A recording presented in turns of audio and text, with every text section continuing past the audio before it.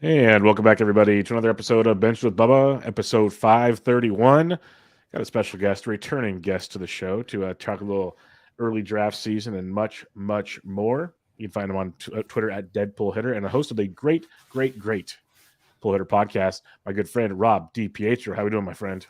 I'm doing good, Bubba. Merry Christmas. You too. I like this annual time you usually have me on in the cold winter months to close out the season and the year.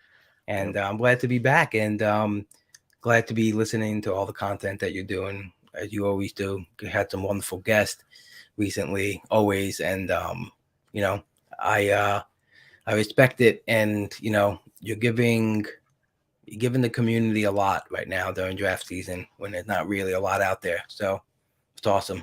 I I'm out. appreciate it. You're in my ear every day, basically, with the dogs outside. You know, I appreciate it. I 'cause appreciate every it. morning it pops up. I'm like, Bubba did another one. What a beast. Yeah, same goes for you, man. You've been burning that candle at both ends too. It's good to see. Good to see you hopping back in, and you get a lot of great guests that most people haven't heard of. 'Cause half of them don't even have Twitter, so Yeah. it's a beautiful thing. So you go and get those NFBC vets that like to hide, and they start sharing secrets with you. So you're like the Howard Stern of the NFBC world. You just go get these guys and talk to them for a while, get the secrets, have Right. all kinds of fun. But It's the chase too. It's not easy. It's not a yeah, quick DM on Twitter. It's emailing Greg, and Greg's like, yeah, I think I might have a contact, and it's you're asking around, and yeah, all of a sudden they pop out of nowhere, and it's good. I it's enjoy, good. um, and I get the best feedback from those. Honestly, I Yeah. get people that DM me like, oh, who is this person? That was wonderful. It was so refreshing to hear a new voice and something different, um, than us meatballs over and over talking everyone's Yeah. ear out. Exactly. That's why I like it. It's refreshing. I really I enjoy all your pods, but I really enjoy those guys because I'm not the biggest like high stakes NFBC player, so it's fun to listen to these guys that are so amazing at what they do and the way their brains think. I'm really looking forward to listening to the one that you dropped. I believe it was this morning or last night. Um, This morning. Yeah. this morning, that's going to be that's like I think next up in my queue actually. So when I drive to run errands tomorrow, that will be happening. So I'm looking forward to that one quite a bit. Should be a blast because auctions intrigue me in a big way.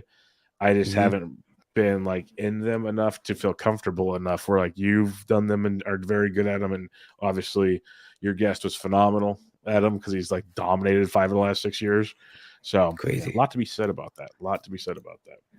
Yeah, and my home keeper league and my first roto league ever is auction. But they all had a keeper component, so it's different, because with that, then you're dealing with inflation, and you just, it's a very like, a lot of guys, a lot of studs are going for very cheap prices, so you have to just, and that's its own strategy in itself. But I like the straight auctions. I've done a couple of the 150s, and yeah, I feel comfortable enough to try to bump it up this year and um, do do one that's a little more competitive and more at stake.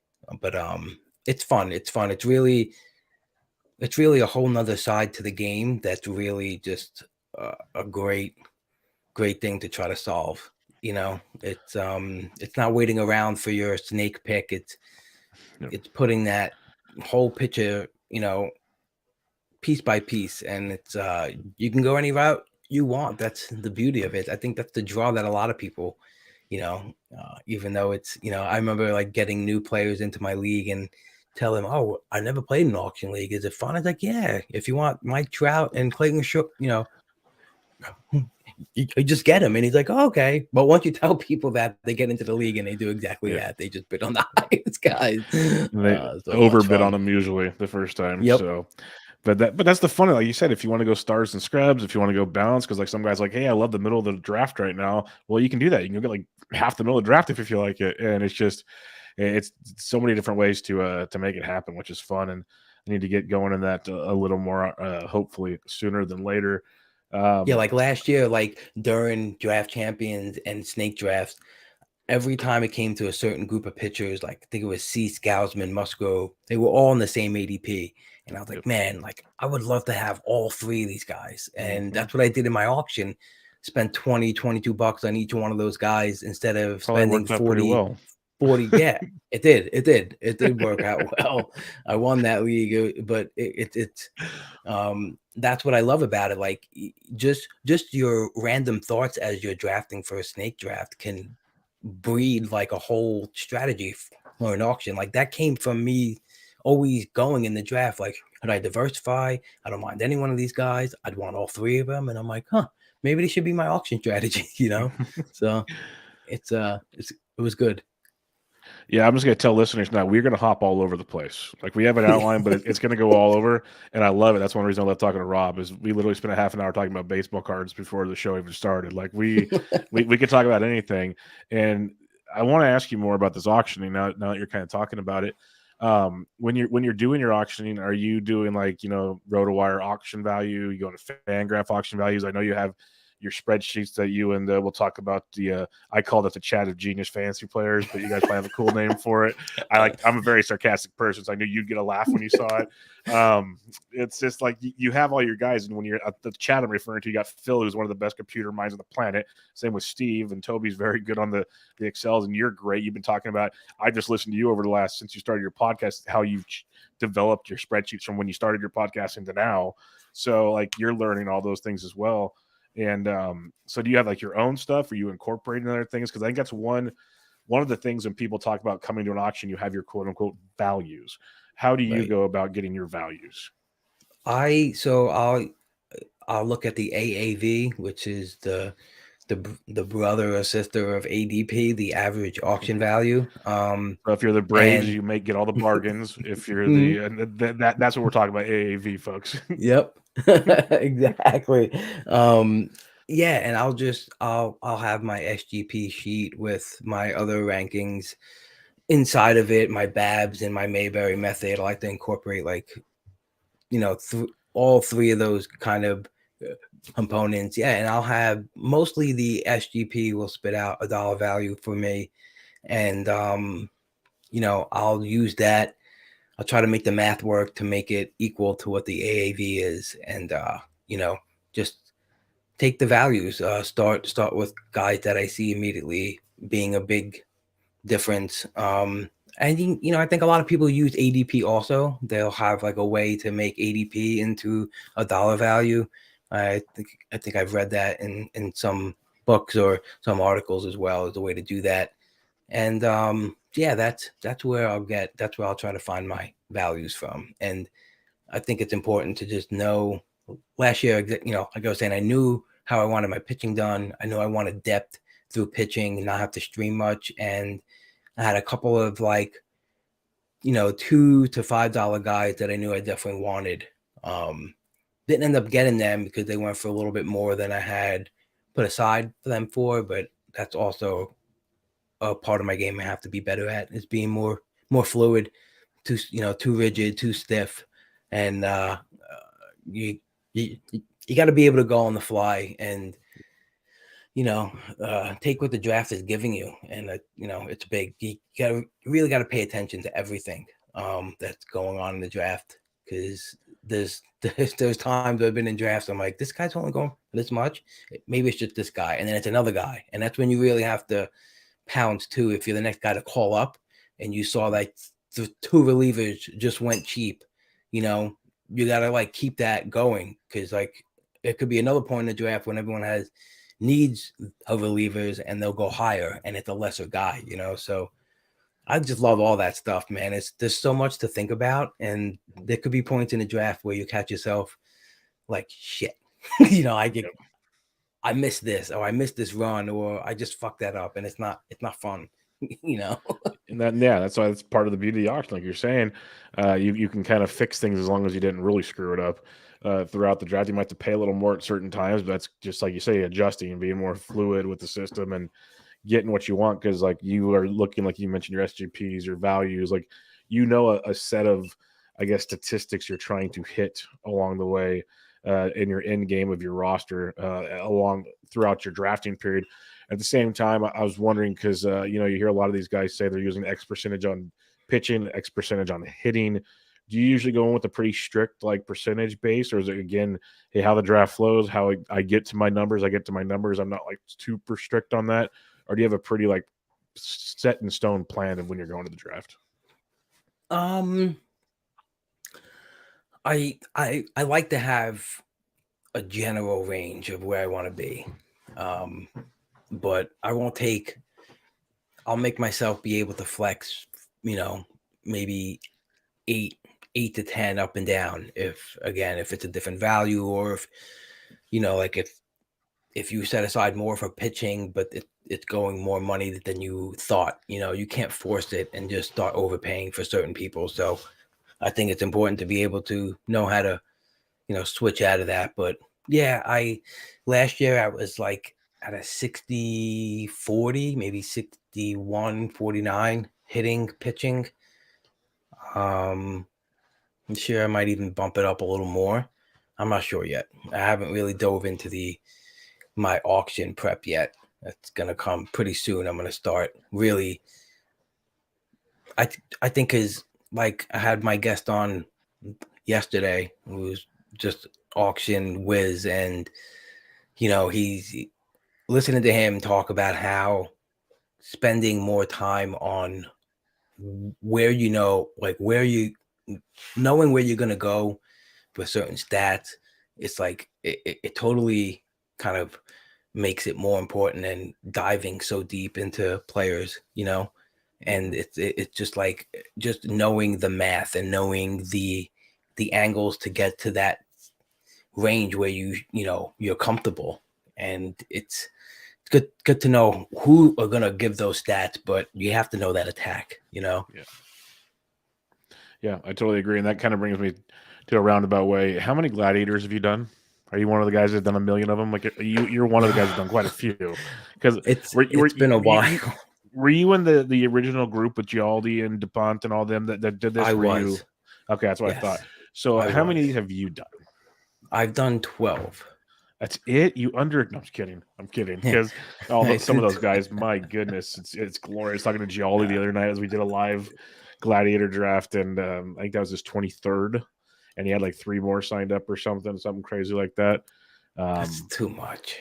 It's wild. But I think I told him and I've told others, I'm glad you guys put it together. I can't wait to see what the end game looks like, to see quote unquote what strategy was best. Because besides, hey, you stayed healthy the most. Like that's kind of where most of it goes. But there'll be some strategy that probably came into play. But with gladiators, and then like that's a whole different draft strategy, and we've beaten that to death on this show. And those drafts are pretty much done, so I don't want to like go too crazy into that. I'm in the last one, on the 15th. I'm going to be out of town. I'm driving home from somewhere, so I'm like, I was going to sign up. I'm like, God, no, I can't, unfortunately. But so you got those going. We just mentioned your auction strategy. We know you're a DC King, which we'll talk about here in a bit. And then you're going to start doing like your mains or whatever roto drafts. How do you kind of mentioned it there with your auction, you have to work on your strategy for that. How do you differ your strategy so much? Because there are different strategies for each format.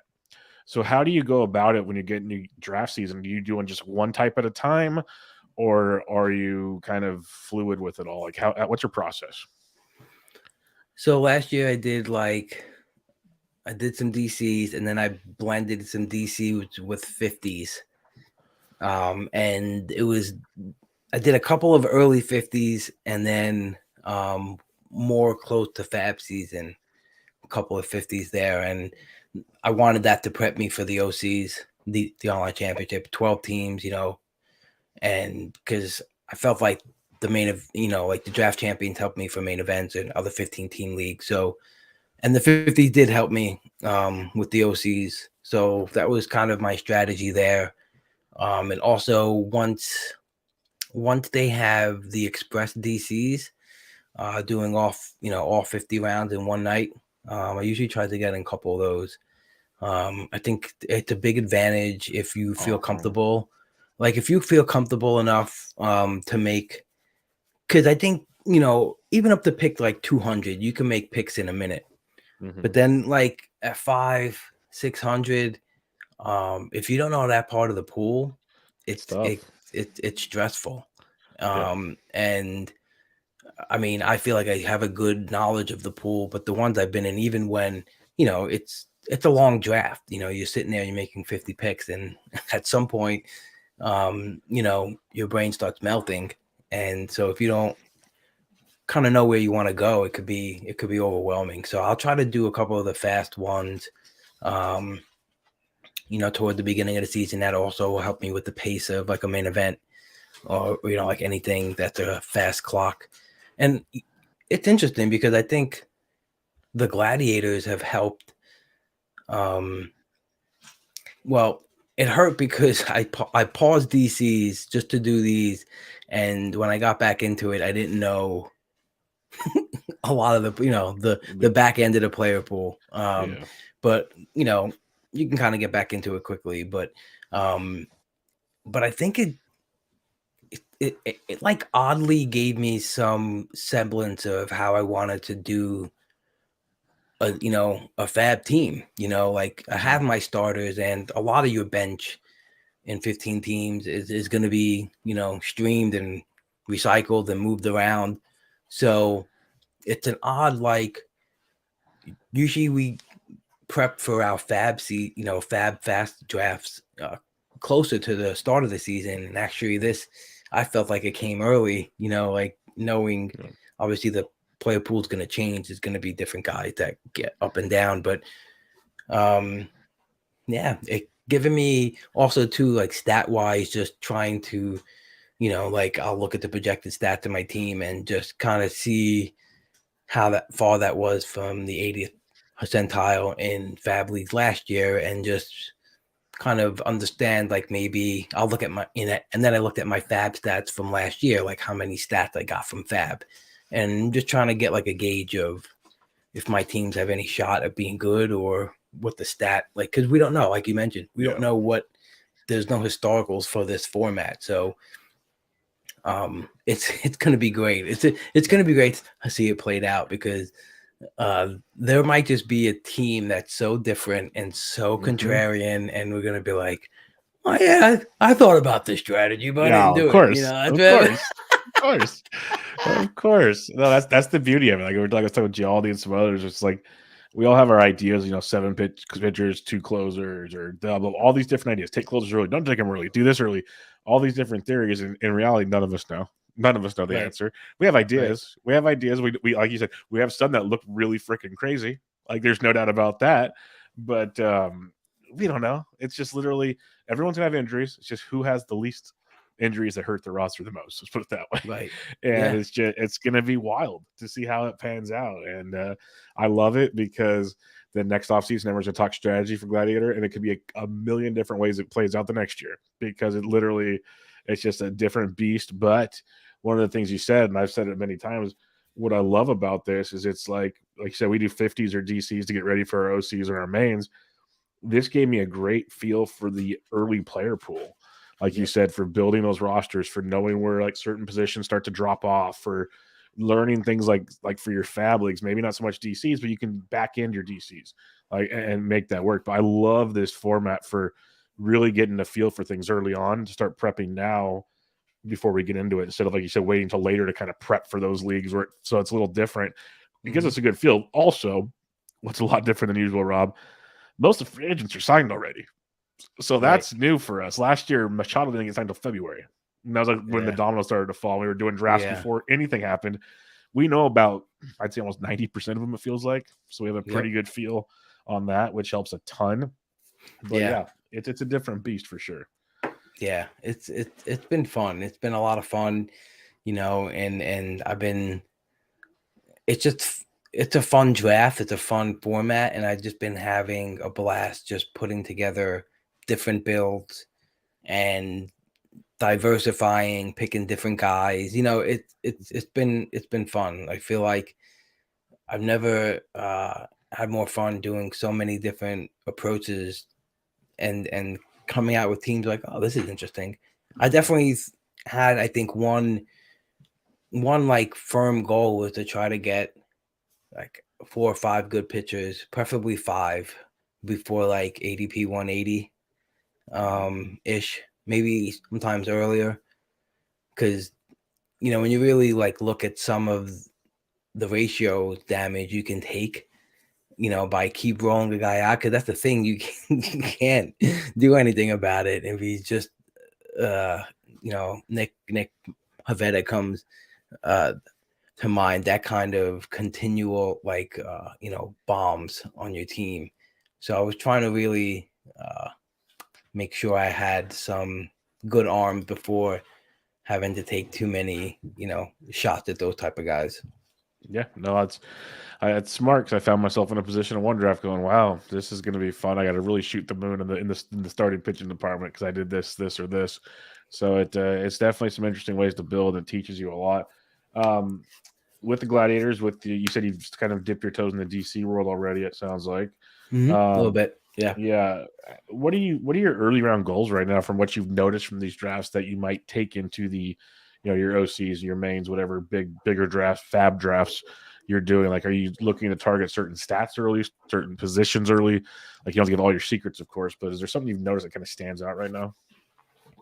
Um, you know what I really love about it is like you just learn something every day if you're really paying attention to like looking back at your teams and looking at the player pool. That's why like I took more time this year to kind of look back, at just what my teams did, like how my leagues were, and yeah, I don't know. It's I go back and forth. I get like initial gut feels, like oh, outfield,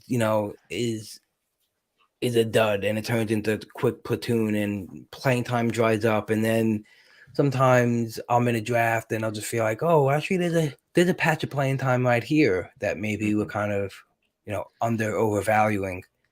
So I'm just really just trying to like pay attention more to I don't know, it's interesting because like I was looking at the ADP from last year and it was from 200 to 300. There was just a bunch of power hitters that didn't do anything. Mhm. And if you look at back at ADP, you kind of trying to you noticed like where we were taking uh certain types, and I think that's how we draft. Like, oh, here's a pocket of power maybe at the corner, and there's a cluster of players. Like this year there's the Walkers and the Hoskins. It's still that same glut at a certain time, and I think the biggest thing is to just know where you want to go in those when those pockets come up, and right now I feel like I don't know. I've heard you guys discuss first base and how you didn't like it, you and Toby, and I've heard other people say that's really like not deep. I kind of think it is sneakily deep. Um, I don't know. Maybe I'm just I have maybe unrealistic goals for most of those guys in the bottom half of like the 150s, the Rizzos and the Mount Castles and such, and the Mirandas too. I think he's also like a sneaky kind of pick there. But I think, obviously power scared me last year. I didn't do well in it, so I'm being a little more conscious of it. You know, being open to taking a guy like Aaron Judge or Jordan Alvarez. At the same time, I know everyone likes to get their steals too, and we might be anticipating a rise in steals. So, um, but again, I'm trying to lay out the draft. I kind of see maybe more path to getting steals later on. And maybe not like I think maybe last year there was more of the ability to grab the multiple 12s, 10s types. Mhm. But if you believe in Jake McCarthy's playing time, and his skills to stay on the field enough to play, he might have 40, 45 steals. Big time. In, Yeah. and he's not really truly a rabbit either. Yeah. But I think I might be more open to, especially in draft champions and on Fab and Fab League, to grab a rabbit type Mhm. to pair with someone who's just a big power bat. Mhm. Like if I have a Jorge Soler and he's killing it in power, maybe, I don't mind chasing that guy on the wire, like the Bubba Thompson types, where I'm really like I don't want, like, I hope I never have to roster guys who can't give me anything else. Mhm. But they might go on runs this year with the bags that are like league changing, you know. But Yeah. I don't know. It's hard to anticipate that. I've listened to so many people talk about it, thought about it in my own head. You know, there's some belief that it's going to be the fringe guys that get more. But what's stopping Tommy Edmond from going to 50 if it's going to be easier? You know, like I don't know. We could have those seasons. You know, it's crazy. There's so many different things that could happen. You know, because there's sometimes where I'm like, well, don't overplay it, don't overstate the impact, and then sometimes I'm like, man, it could be a really really big impact. You know, Yeah. But and that's kinda how I am. I'm like, I'm trying not to overthink it, like you're saying, because it feels like it's gonna be kinda more universal across the board, you would think, so but then at the same time, if it's universal, would it make those guys that steal the big chunks even more important? mhm, Because their big chunks is bigger, and we can count on that where the other ones were speculating still. right. So that's an interesting conundrum, I guess, could be the word, and it's tough because yeah, I'm with you. You've heard them all. Like, yeah, they're going to be everywhere, so I don't need to go after them so aggressively. At the same time, maybe you need to be more aggressive. Like it's one of those. Like, really, there's no clear answer right now. And if anybody tells you they know the answer, I think they're pretty crazy. Like, how are they going to tell you that? Yeah. We'll find out, and someone will tell us we're wrong. They'll point fingers at Twitter. That's what happens. But Yeah, it's like, yeah, it's tough. I think I'm more willing though. This is my initial thoughts. I'm more willing to take a non-power type up top. Hmm. I mean, sorry, a The non-steals. non-speed guy. Yeah. Yeah, like I think I feel, and maybe that's just because of what's available at the back end of first. Hmm. But I don't feel like I'm not afraid of taking a Jordan or Vladimir, even though he stole some bases, or Pete Alonso, Pete or Austin Alonso. Riley. Yeah. You know, and one of my, I don't know if it was DC or Gladiator, but I did Jordan and Alonso. You know, Oh, that's all the home runs in the world. Look at and that. again, and again, I'm worried about home runs because I did bad in them last year. I think a lot of people Yeah. did, but Yeah, I'm me more too. Yeah. conscious of it. And you know, in a league like that, I took a, you know, I think I did Edmund and McCarthy on that team later on in the drafts, and I feel like I don't know, but I Well, think to that's be my to be initial feeling. to be fair, like an Edmund and a McCarthy, some people might say rabbits, but like you say, they're not so much rabbits in the fact that a lot of rabbits have not exactly the safest playing time if they're not stealing bags or hitting their out. Where those guys, I Right. don't see them leaving the lineup unless it's like really, really bad. And that goes for anybody, not just a rabbit. And two, they do a little more than rabbits, as you were saying earlier. So I think those are actually good ones to pair up. We're not talking like Malik Smith back in the day, stuff like Mm-hmm. that. So Mm-hmm. these are different players in that regard. So if people try to say rabbit to me on those guys, that's a little suspect. Like if you would have said Adalberto Mondesi, we'd have a problem probably, but Mm-hmm. that's because he has injury concerns. He's just maybe not that good at baseball. So Right. it's a different animal. So it's definitely an interesting way to go about it, and it kind of goes to what Weimer and a bunch of other guys, yourself and others, have been saying about scarcity. And I say it every show. Listeners are going to get sick of me saying it, but I'm just trying to like beat it into people's head. And you kind of said it in a roundabout way. There is it's not necessarily the position; it's the statistics. Just get your statistics one way or another. Don't Mm-hmm. worry about having to get these guys, and then you won't have a scarcity problem. Like you can go and get this big guy at first base, like you in your Alonso or whatever, and then go and get someone at another position that shortstop might be top heavy, but now you just went and got Edmund at shortstop instead because he steals you a bunch of bags. Like these are ways to Yep. go about it in a different way. And that's where my mind needs to get better because I think one of my flaws, like power has been an issue for me for 2 years now. And I think it's because I'm more worried about, filling this positional need or this positional need and blah, blah, blah, blah, blah. And that's like why I talked to the Guilds about it again the other day because I was in the draft with him when he got Alonso and Goldie. Like he didn't Mm-hmm. care. Goldie sat there. Like, Yeah. I'm taking my second first baseman. I don't care. And it Right. makes total sense. When you look back and go, why am I too dumb to do that in person? Like, why am I not there? And so it brings a whole different mindset to kind of rethink things. Like you said, we can always learn from other people and be better at what we do. And that's what I'm trying to really, really focus on this year is try to, like you said earlier, take what the draft gives you, be able to Yep. adapt around it. I Yeah. think you'll be surprised what you can put together. And really just look at the ADP boards, like, and even if you're on the NFBC and the actual like the grid one can help too if you're more of a visualization person. But because that there's like Cole and Burns are going in the second round, then you got a little bit of a mini run of pitchers and relievers. Like a lot of the next picks are all yellows, and especially in the third round. But then the hitters in the third round, though, you got your Simeon, you got your Rosarena, and if you believe in Lou Bob, you got him, you got Varsho, Altuve. Those guys steal 15 bases, So there's bags available there. So I'm not afraid to go and again take a Jordan and get no speed, but then maybe pick up a Rosarena. It's doable. And then in the fourth round, you got Jazz, you got Mullins, Albies. We don't know if he's going to run that much anymore, but you got Adolis Garcia, and then you got Carroll. Teoscar might, give you 10, 12. O'Neill Cruz, Story. And then in the sixth round, you got Edmund, you got Starling Marte, Jimenez, Timmy Anderson. So they're out there. They're out there. So that's my initial gut is like, I'm not afraid to just go power here early and get, it's more like power and average, like instead of, the power speed, and I'll find some speed later on, impactful speed, not just a sprinkle here and there, not wasted stat speeds.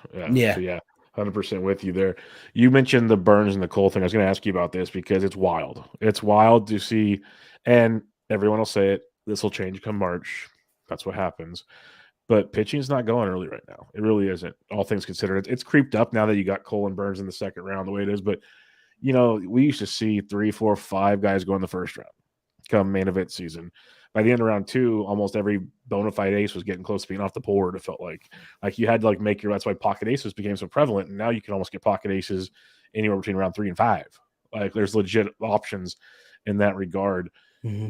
Knowing that this is going to change as we're all aware, but the question is how much? Because there's a lot of pitching. The depth of pitching, at least quasi-similar pitching, seems to me a lot deeper than it's been in a long time. There's still the bona fide guys up top. There's no doubting that, but there's a slew of dudes that you could literally go to battle with. Like you mentioned, you did the Cease, Musgrove, and who's the third? Gossman last year. Mm-hmm. There's a lot of those kind of arms as you keep going down the list and thinking like, wow, I can get DeGrom and Strider at the end of round 2 or 3 turn. I can get these other guys in the 3-4 turn.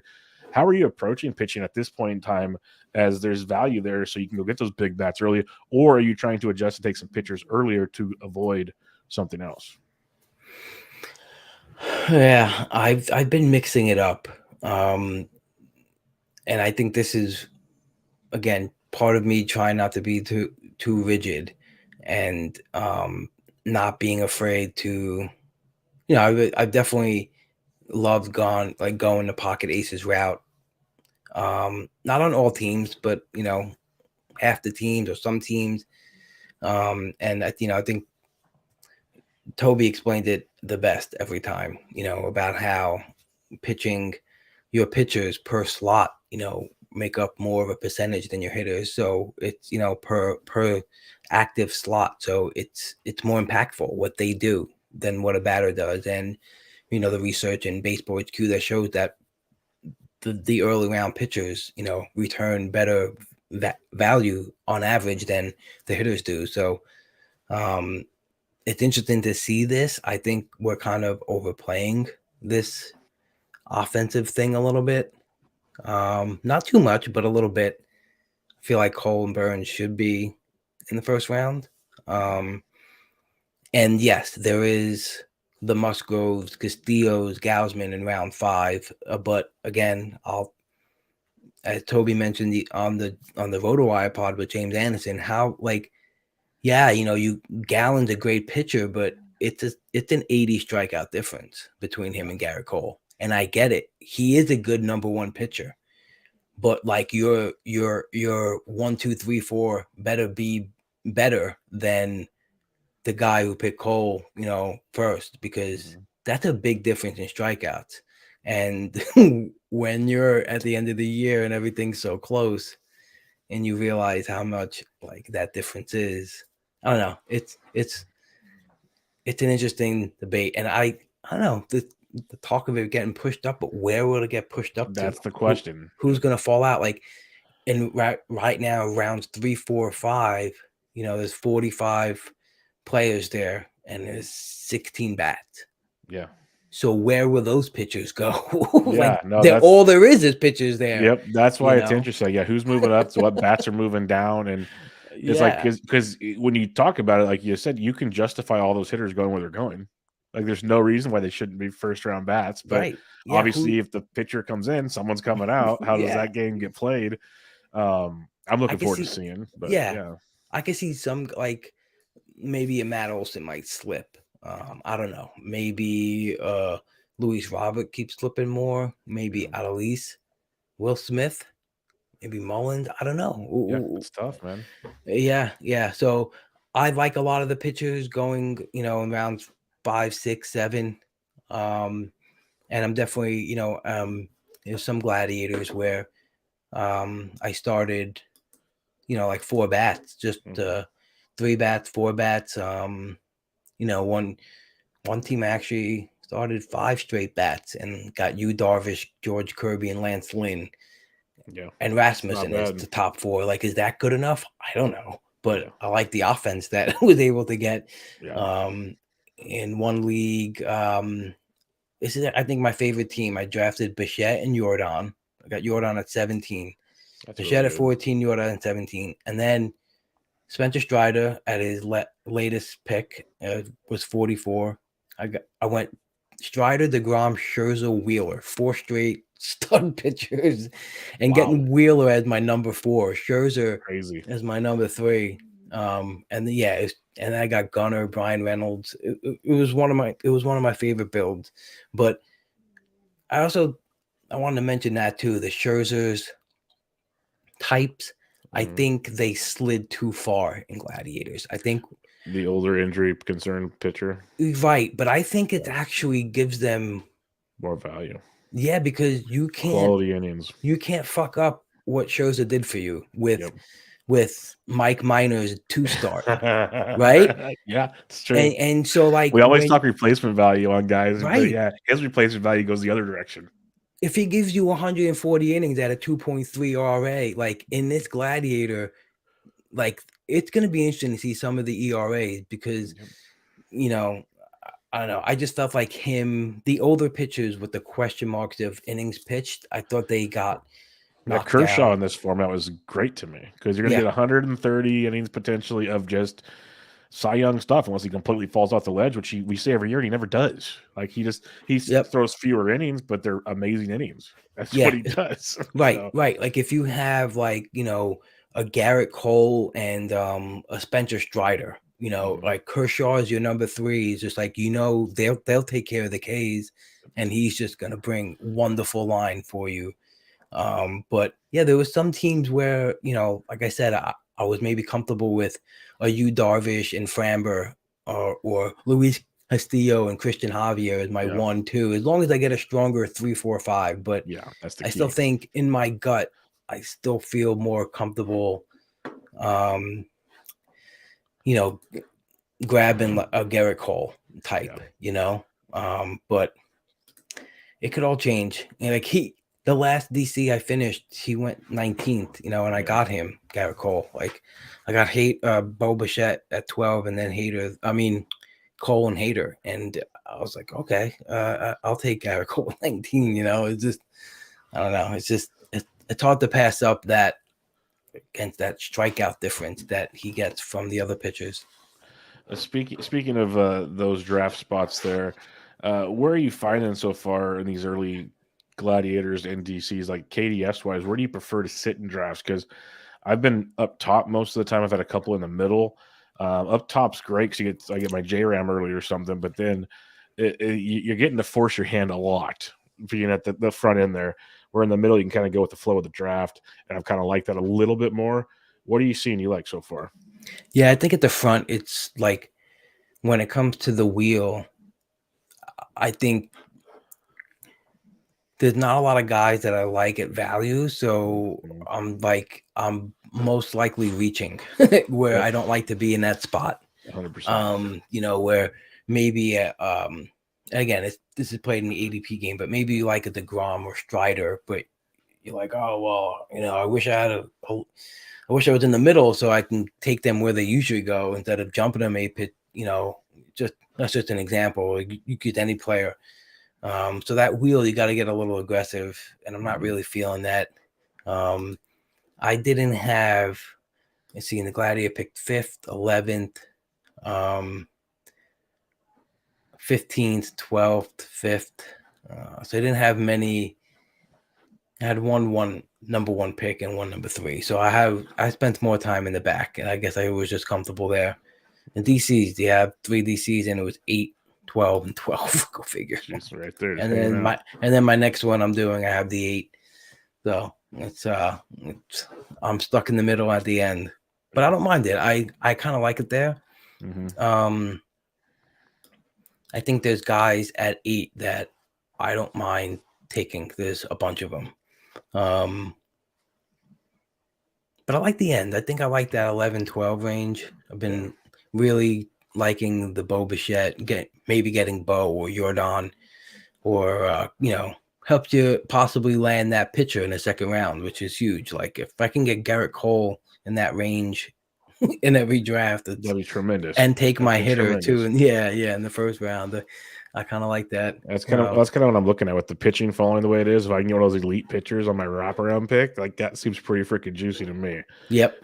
So I've been like it's a wider range than you gave, but I was thinking like 8 to 12, anywhere in there. Mm-hmm. I'm pretty content. Like I can make something work 8 through 12. I feel like at least. Right.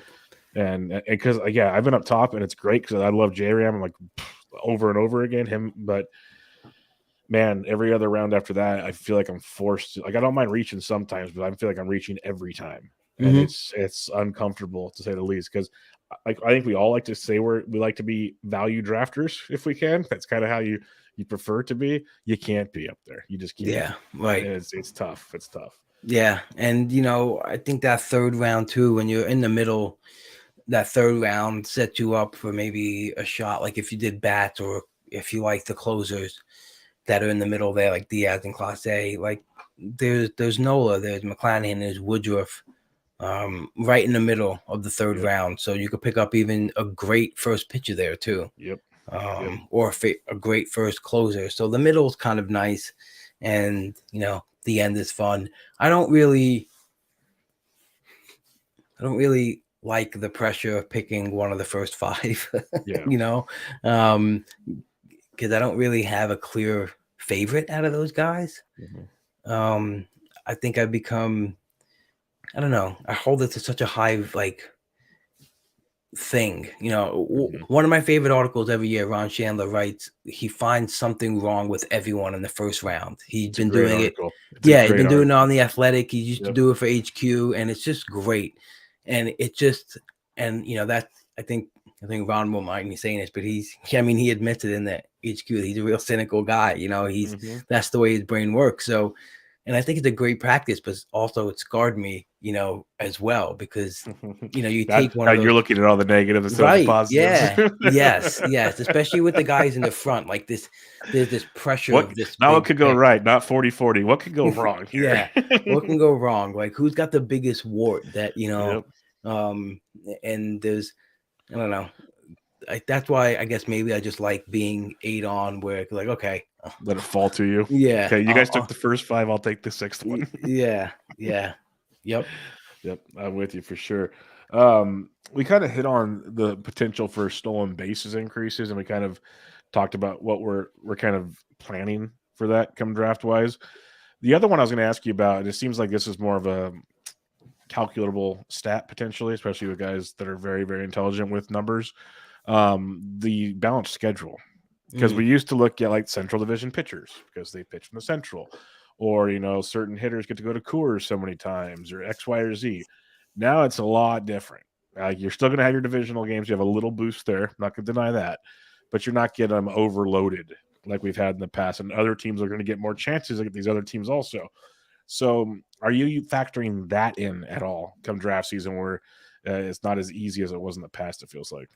Yeah, I think you have to pay attention and just be cognizant of the fact that, And I think I got a quick glimpse of this too. I was reading the great work of the reliever recon fellas, and Greg Hewitt did his save specs and his save totals, and he had the the DraftKings over under on the team wins already, and I was like, oh, and one team that caught me by surprise was the Guardians. They were like 81 and a half. And I'm like, oh, that seems low. They made the playoffs. They almost beat the Yankees. And then I was like, hey, you know what? I guess with the schedule, they're not beating up on the, so it was something get the Royals and by Tigers quick 18 times. glance that like seemed like too good. And then when I put a little more thought into it, I was like, oh, maybe it's not as in the bag as I think it is. So I guess, I'm trusting the projections will work that out somehow. Sure. I'll maybe, you can bump guys up and down in regard to like their previous performances, in the division. So if Corbin Burns did have low wins, because the Brewers aren't great and because maybe the Central is now they're going to be facing stronger teams. Maybe that is the separator from him and Cole and other pitchers, maybe because, it's the same things and now it's going to be harder for him. But I think it also, too, like if you're going to, I guess this is the way I've been thinking about it recently, is trying to figure out how to employ it. If, are you going back to see what these players did versus certain teams last year? True. Right? Like if a pitcher did well versus weak teams, do you know that? True. Like maybe they did play in the AL East, but the pitcher had 6 games versus the Central and did great. Do you know that? And then are you going to work that next year's schedule into it? Because I think you got to do both and not just one or the other. Yeah, it's a lot. Right? Yeah, I know. Yeah. That's why I'm just hoping, maybe it's a tiebreaker. I've heard people say that. I'll use it as a tiebreaker. I hope I have other better tiebreakers to use. 100%. 100%. Because Yeah, I don't because want to use that. and like you said, you're factoring in how they did in past success versus these guys. Different rosters, probably different times of year, so many different scenarios in place. Is that really the tiebreaker we're using right now? Because Yeah. that seems like a not the best case scenario, but I guess you never know. But yeah, I'm with you. I'd kind of hope for other things to stand out at that point in time. Because like that's Yeah. the thing we take for granted because we're looking at so many things, Mhm. and there's so much energy to absorb. But I think it happened maybe last year at some point where, I think in our brain coming into the season and historically the last 2 or 3 years, the White Sox had, an offense to watch out for. And you would, I think we were looking at the pitcher logs of someone and they're like, oh yeah, he's had a brutal schedule. He played blah blah blah the White Sox 2 or 3 times, tough offense. And I'm like, Mhm. is it though? Like, Robert was out. And so I think we take some things for granted if we're not paying Yeah. attention. Like you said, like the lineup at the time. Because Yep. if you go through a game log and look at that real quick, Yep. you could say, oh, he faced some good teams. But like you said, like at the time that the White Sox weren't good, but we were just saying it. I heard people like even myself caught myself saying it. Like, wait a minute, are they good though? It just takes a Well, couple a great example last year, that was the Yankees. Outside of Judge for the longest time, that lineup sucked. They duds. weren't doing anything. Yeah. And everyone's like, "Oh, he's pitching great against the Yankees." So no, he's pitching great against Aaron Judge, and then the rest of it's the Scranton team or something. Yeah. At that point in time, it's what they were hitting like. So yeah, it's totally can be deceiving if you just say a team's name Yep. and Absolutely. and the time of the year, because there are times of year where the White Sox and the Yankees are beating everybody. Yep. So it's baseball. It's baseball in Yeah. a nutshell. Yeah. So Yeah. So that makes it the tough. schedule is going to be tough. Like, and I think the pitch clock is going to be interesting, right? I mean, 100%. I've been listening to, I think one of my favorite things that I recently picked up in the last year is listening to podcasts of players, of real players 100%. and Yep. past players too, just, Mhm.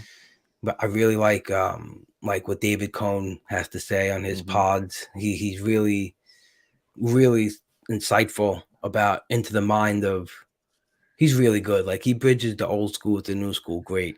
And then like Ian Happ on the compound pod, Yeah. like just that dugout talk, and you hear what these Yep. guys have to do every day to prepare and how they Well, and think. they're And not talking to reporters, so they're talking to their buddies. They're loose. They're just yeah, talking.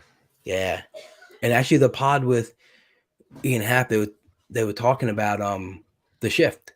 Yep. And the stuff that he was saying, I was like, oh, it was blowing my mind. Like, kind of stuff we know, but then you hear, like, I wonder if, how deep these guys are thinking about it. And, they're thinking about it. I Because think about it a lot. yeah. And he Mm-hmm. was making some great points that had me thinking. He's like, because not only will, if there's certain guys on base and you got to hold that runner, there's going to be bigger holes on the right side, not even just Mm-hmm. regular shift, is just going to be more stuff happening because you could put a player over there and still hold that run and still have two fielders. Now you won't, so he was like, and then he was just talking about in general, like not having to force the ball over everybody.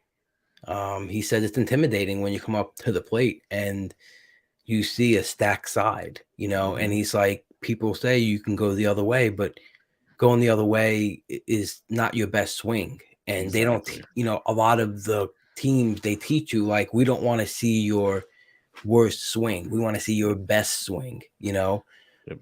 So it's going to be interesting to see if, will guys now, if they're not trying to put it over everyone, will some people's, like maybe power output drop because now they're just not trying to Hitting more lift it. line drives. Yeah, I don't know. It's gonna be so. I'm so fascinated by how it's all gonna evolve, and change. But the pitch clock thing is weird because I feel like if you get a couple of pickoffs, man, You could some time guys it. are just gonna get jumps, man. Mm-hmm.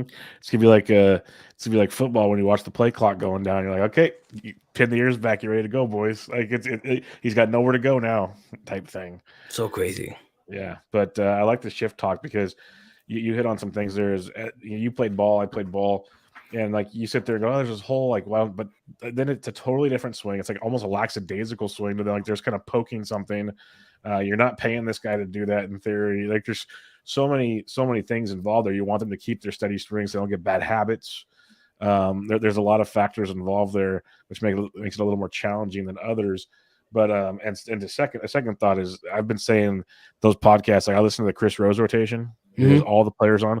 I think it's awesome. The stuff I hear like Giolito, Glass now, all these dudes talk about, it's really cool. And then they'll bring on some of their buddies sometimes, and it's just you start to hear things, and you're like, whoa, okay. Like Giolito talking about his struggles last year it was really good to hear from him on how he's trying to work through it and all these different things. It's like first off, it's like, hey, they're human. This is why you don't give them shit on Twitter, you idiots.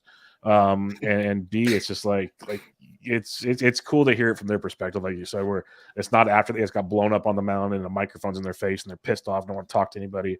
It's just like, hey, they're talking to people they trust, and here we are. Like it's a whole different animal. So lots to be gained by that. Lots to be gained. Yeah, absolutely, man, absolutely. And I mean, me, I'm the Deadpool hitter, and just when I played softball, I had the field stacked against me, and I know the feeling. I hated going the other way, and and I would try, and I just couldn't. I would get under everything opposite field and hit these lazy pop-ups because you dipped the shoulder trying to go the other way. Yeah, every single time, and I'm like, I'm just gonna smash the ball as hard as I can to the left side. That's it. Like this is the way I want to play, and like I feel better about this. So yeah. So it's gonna be interesting to see what the players' approaches is. For sure, I can't wait.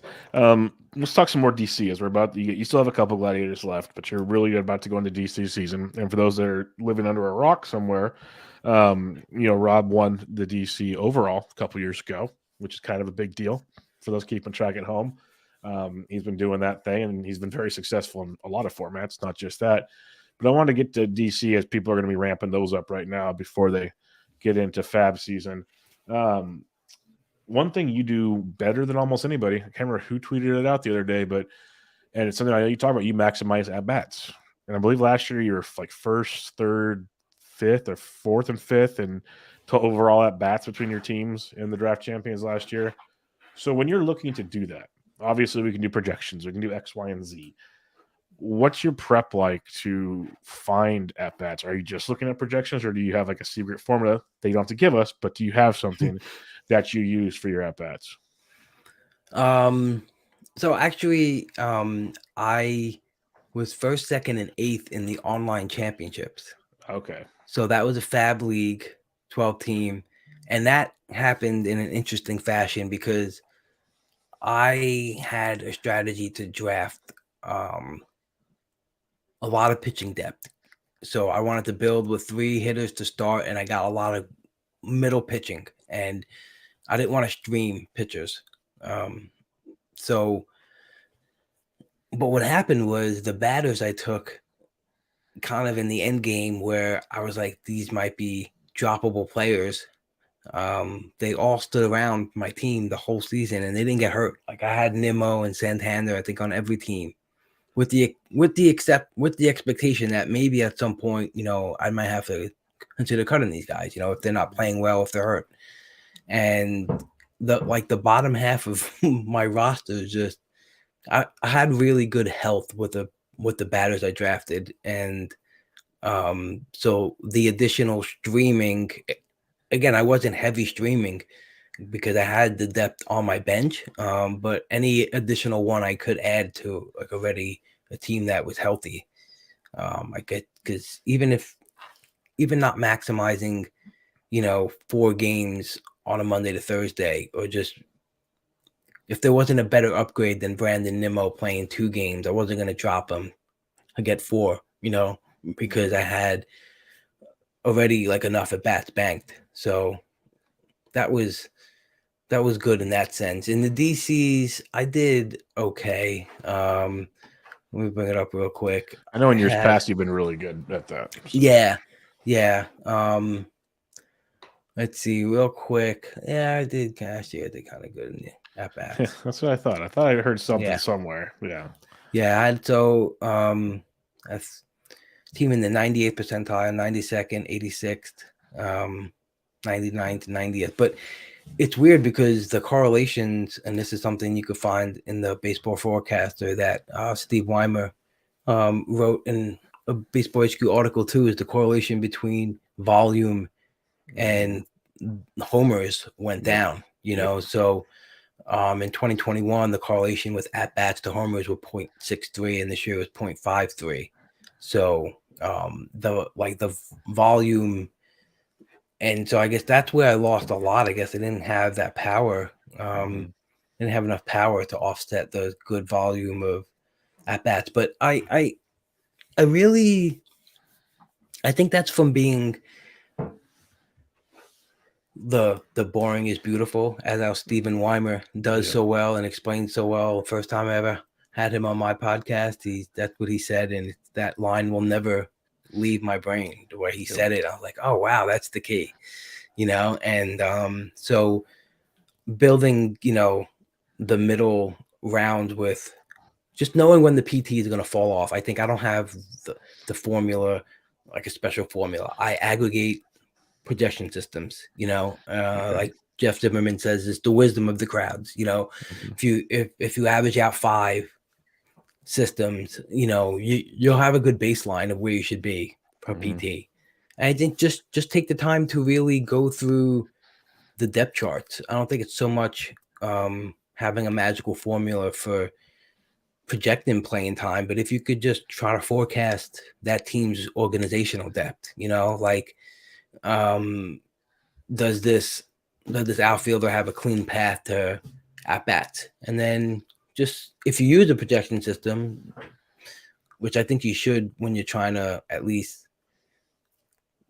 get a good sense of playing time, and just go through it team by team if it's not too intimidating for you, and just really try to piece it out, because sometimes you'll catch it, and I think sometimes it's great because if they're accessible too, like Todd Zola, you could just reach out to them. Hey, Todd, like is interesting, situation you have here in Colorado's infield. It's just and Oh yeah, and it's like you talk them through about like how their process is and determining playing time. And if you catch something that you think is off, that's the key, Yep. like not changing the skills, not saying, oh, this guy's gonna hit so many more homers, but and I think you'll win with obviously guessing right on like Jake McCarthy. I'll go back to him. If you think he's gonna lose that bat lefties, or you think he won't be as good and he'll lose some playing time, or you think his OPS isn't good enough for lefties or whatever, that's the call you have to make.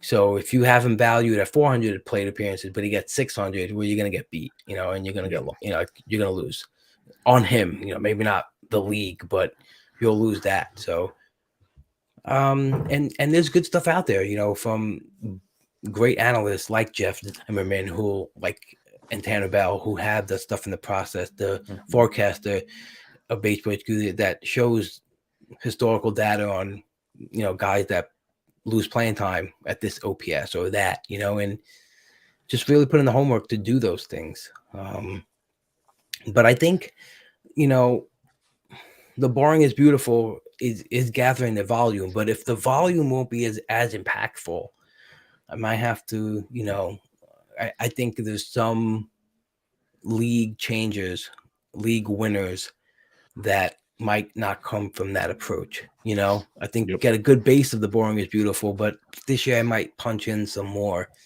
speculative shots at those higher upside players to make that difference. Yeah, that article, a little blurb that Weimer had in HQ was really good. Ryan and I had him and a couple other guys on, and if you combine Weimer's article with, I can't remember if it was Dan Marcus's or a different one, they were all good, but there was one that compared like first 5 round draft strategies, like pocket aces and a catcher. And that was Dan. Yeah, Dan Marcus. Yeah, if you almost combine those two together, it really brings into the is quantity over quality. Like, how are we assessing it? Like, do we want the boring is beautiful quantity, or do we really want just like quality, and even if it's in less quantity, like you're saying?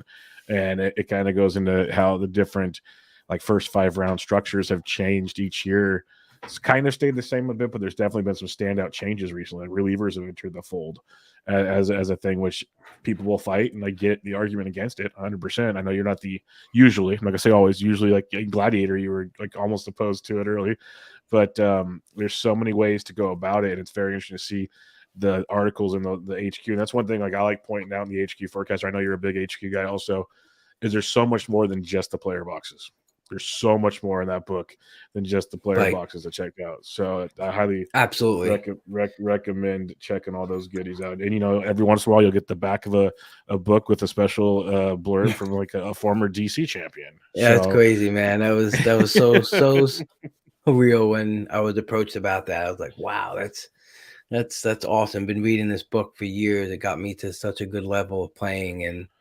And like you said, yeah, the inside is great. Honestly, I read Ron's intro, and then like I know the next part, like the encyclopedia, pretty much. Yep. I'll just flip through it to see if there's any new like data, like new updates, because a lot of those things are just tried and true, and they just throw out a definition. But then sometimes they'll have a newer chart of playing time or contact, if anything changed from recent data, and I'll read that. But the abstract parts, like the digging time, like the one with the playing time this year is dynamite.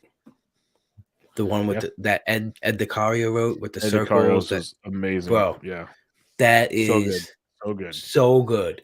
I've already you just have to scan those pages, and immediately you see guys you're like, I want him this year. I want him this year. Like it's probably one of the better things I've ever read recently, because obviously it takes all that playing time and it puts it into one snapshot.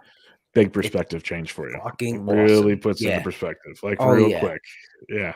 100%. And that's the beauty of it. And Ed does great work. Every year he's got a different article, and like, wow, like how did you think of this? Like this is freaking wild. He's won awards. It's legit good stuff. Yeah, and absolutely. And this is the thing, like there's so much stuff to get you better, and it's fine if you like your process and you don't want influence, or you think you don't need to get better. totally up to you. But to me, like, not even fantasy, but just in life too. And you're learning every day. You're getting better. As a person, you're getting smarter. And Yep. when you're open to things, when you hear things and are not dismissive, you can be dismissive. It could be your gut reaction, but just look at it, Like I think Ed Basemaster said, would you just look at it? Like just just look at that guy's the it. best. Every time I say, would you look at it, Yeah. or look Yeah. at it, I think of that So guy. good. But take the time to just really see if what you're hearing from someone is or reading is right or Mhm. at least actionable. Well, yeah, it's just in general. Like I don't know if people want a life podcast from us, but for fantasy baseball, for life, whatever, you learn from your mistakes and honestly learn from the success of others around you. Like you can learn stuff real quickly. Like you don't know it all. Trust me, you do not know it Yeah, all. And if you yeah. think you do, it's not the same. It's almost like the old Rounders line. If you can't find the fish at the table, then you're the fish type thing. So if you think you know it all already, buddy, I got another thing for you. So Yeah, it's pretty absolutely. funny stuff, and that's 100% true in fantasy. Like there's a lot of really really good people. I guarantee you filled the show even before last year would have said I still have a lot of learning to do. Like he was already out in the shop, and then you talked to him and others have after the year last year he had, which wasn't bad, but he wasn't happy with it because it wasn't winning every title. He was already back in the lab like the next day. Like he wasn't going to do Yeah, this again. And it's a mindset. It's like the Michael Jordan thing. Like, hey, it's the mama mentality. Like you got to do the whole deal. So it's funny in that regard. and I think that's what Yeah. I'm so like driven around those guys Hmm. like Steve and Phil and Toby. It's just You like to win? I Is like that to what you're win, driven but around? they don't rest, No, it's and crazy. it's good to trust people who like are not just randomly spewing Throwing something shit out. at the wall like a monkey. Yeah, yeah, Mhm. I mean, I know I'm the most out of the group to say something random, and I think that's what Phil says. Like I bring to the table, that But your random thought probably makes them think of something differently and going, "Oh, wow, wait a minute," because like they're so focused on their analytical, data-driven process. You probably throw something out there and it's like, "Holy there's crap, I didn't think of that." for for months. I was like, Jose Leclerc is gonna come back, take the job. Even when he had his first couple innings, I'm like, I just kept saying Leclerc, and I know that no one likes it when they don't respond. When it just something else comes out, and then like he got into the closer job, and what's cool about the Discord, that's where our chat is. You go into the search box and you could Uh-huh. just put in the prelude name, and I just took a snapshot of all the times I was saying Leclerc, and just put that in and it's funny, because like Goddamn I think miserable. that's what I bring. I have the gut calls. They do the spreadsheets, and I'll bring the They gut trust the calls. numbers. That's why, like when I do my shows with Toby a lot, I'm like, "You're a genius. I'm more the caveman over here. Let me throw this stuff and see where we can go. You do your analytics. We'll work together. This will be Yeah, fun." but what's great too is like there's so many times where we'll be like, I'll just be like, oh, I really like this guy, Yep. and like, oh, I really like this guy too, and oh yeah, he popped in my rankings too, and obviously we're looking a lot at the same statistics and metrics. There's certain stuff we're definitely more inclined to look at and feel strong about. Everybody in general, but um, obviously I don't have a 98 input formula, you Yeah. know, and I'll be like, oh, this is my hitter like 96. And they'll be like, oh, I got him in that same range too. And I just marvel how we can get to like a similar spot with having, I always talk to everyone about this, with having different approaches, Mhm. it could be simple, it could be complex, but we might still have the same general understanding of the player pool. Yep. And that's what's fun about it. That's fun about again with baseball and fantasy baseball. Yep. Uh, so when you're doing your DCs, um, and we talked about yeah, bats are important, innings pitched are important. When you're drafting, like say the early rounds, I don't know if you want to say 10 rounds, 15, 20, whatever you want to kind of group as the early rounds. There's 50 rounds, so it's keeping track at home. What are you trying to leave the early rounds with to give you like a solid base that is kind of part of the formula for winning an ADC. Obviously, late you need those great backup guys that can come in. You need to do a bunch of other things. The draft's a big draft. There's many pieces to the puzzle. But early on, what are you trying to like accomplish and make sure you leave that early section with? I think the biggest thing is I'm just always trying to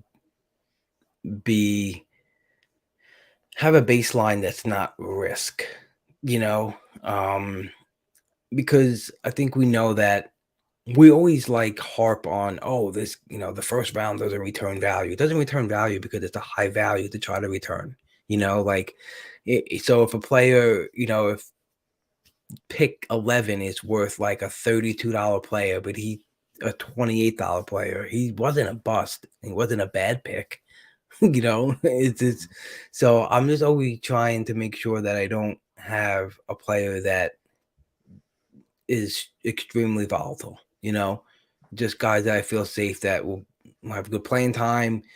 I know will give me innings. And I think that is the best structure for a team, because then that allows you to start throwing out, darts where it won't really hurt you as much. If you want to take that high volatile player in round, 6 or 5, like O'Neal Cruz, and after you've gotten a strong base, I think that's the way that I prefer to start. Statistically, I don't know. It's hard to. I'm looking at the 80th percentiles for the last year and the last 2 years, and it's always better to use multiple years and some kind of average. But it was so different last year. So do you just use last year? Well, then And a I few think years ago, you had the 60-game season, so it makes it even yeah, worse. there's so many different things in there. And so I think even what Ray Murphy from Baseball HQ was saying, that they kind of lean to use like just last year's park factors because of the humidors and the new balls and everything. And I think I'm more inclined to lean that way. But I don't want to overdo,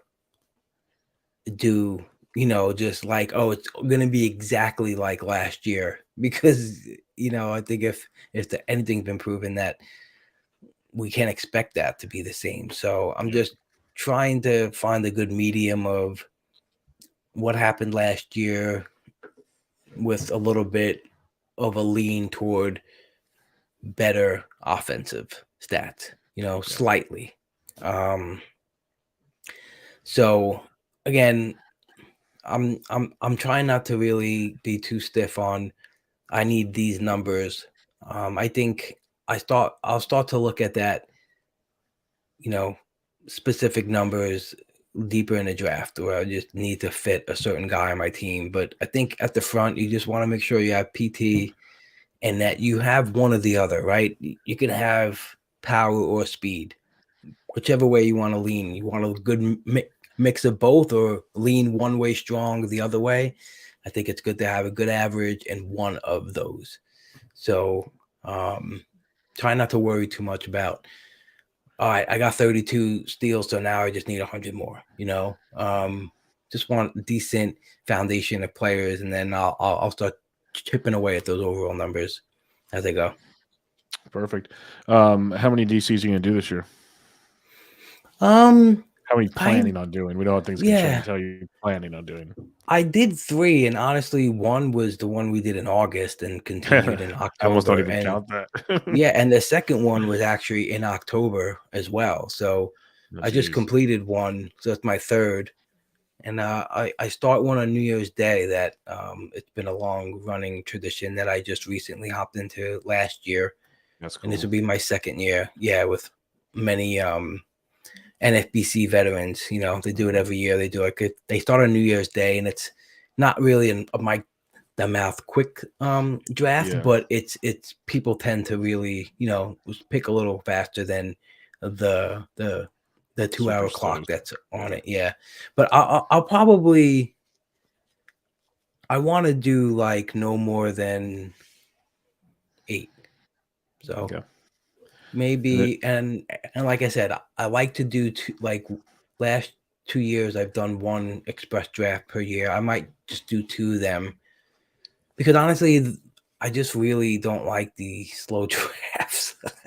They're It tough. wears on me. Like I spend more time than I would just sitting down at one shot and doing it in 5 hours, because it's just a joint. Like, I don't know. So yeah, I'm not gonna try to do too much because I think last year I did too many, and it's plus the 50. Then you think it's no Yeah. work, but setting lineups It's a is lot more work than people think if you want to win. yeah. So maybe after this New Year's one, probably like 3 more, maybe, Are hopefully you are you going to New 3, York 4. or Vegas?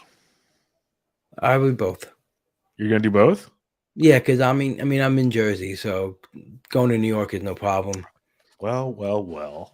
Guess I'll get Yeah, to see somebody in Vegas this year. yeah, and I'm gonna do that too because yeah, I have to meet everyone, like everyone, Yep. So I'm pretty excited. It's for me, it was one or the other with first pitch, and as much as I want to do first pitch, I want to do the drafting part Yeah. more, I think, than and I heard you mention it with the guilds, and I had a similar idea of bringing the hardware down there too, or just at least bringing a mic, or maybe not even a mic, or just do it with my headphones and just Yeah.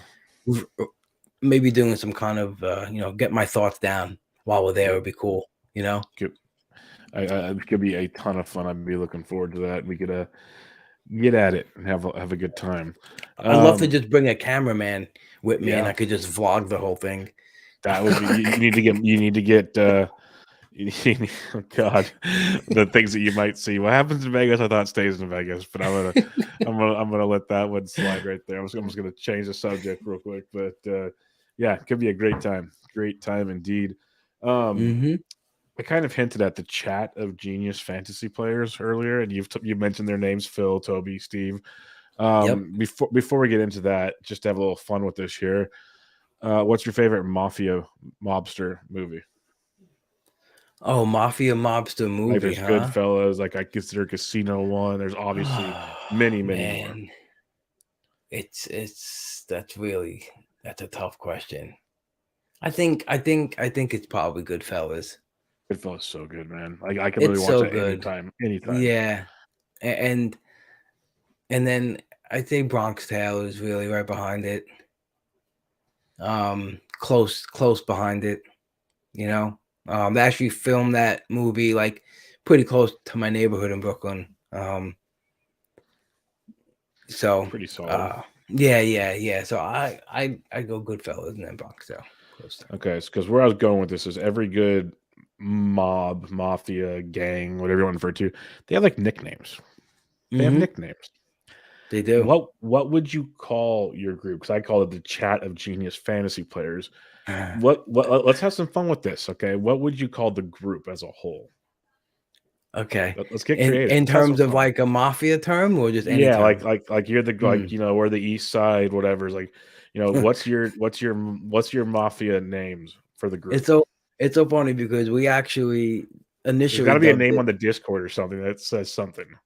So what are you? Yeah, our Discord is TCF, it's Triple Crown Fantasy, because initially when it was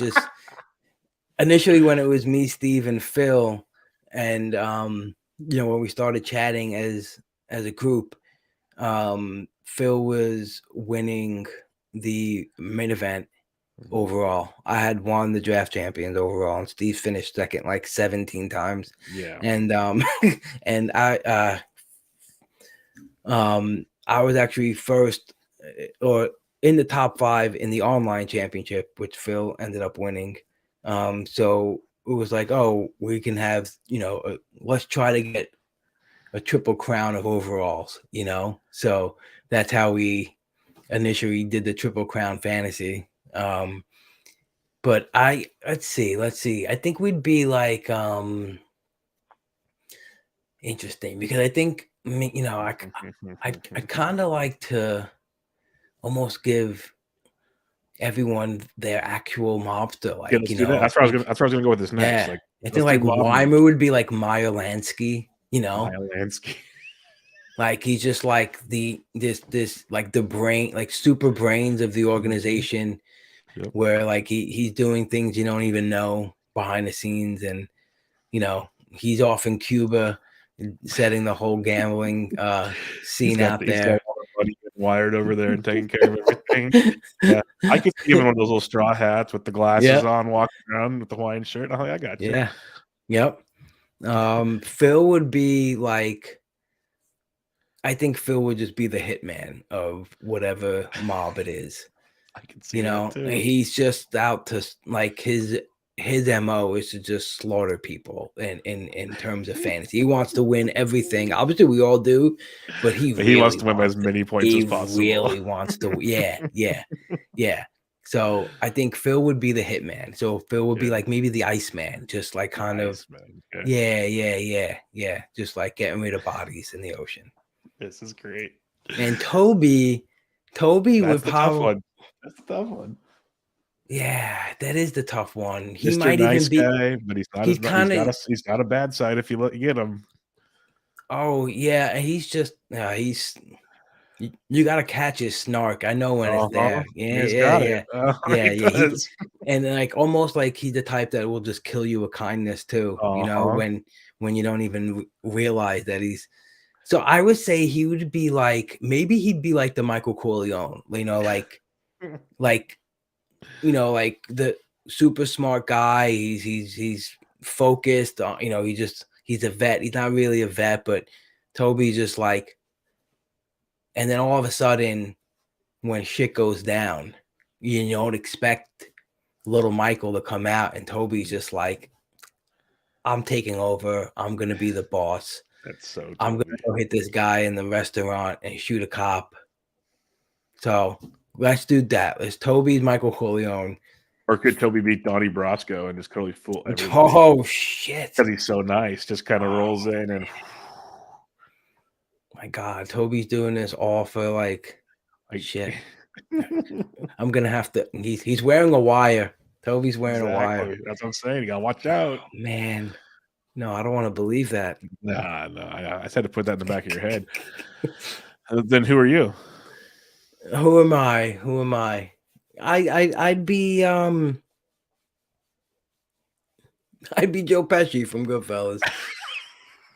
Just a little fucking meatball telling jokes, keeping the gang, nice and unified. Yeah, keeping them a little easy, not so high strung all the time. So what are you gonna tell me now, tough guy? The same thing I told you last time. Go fuck your mother. Like, so good, man. Yeah. I'll just make jokes, keep everyone happy, and just don't walk into the room first, okay?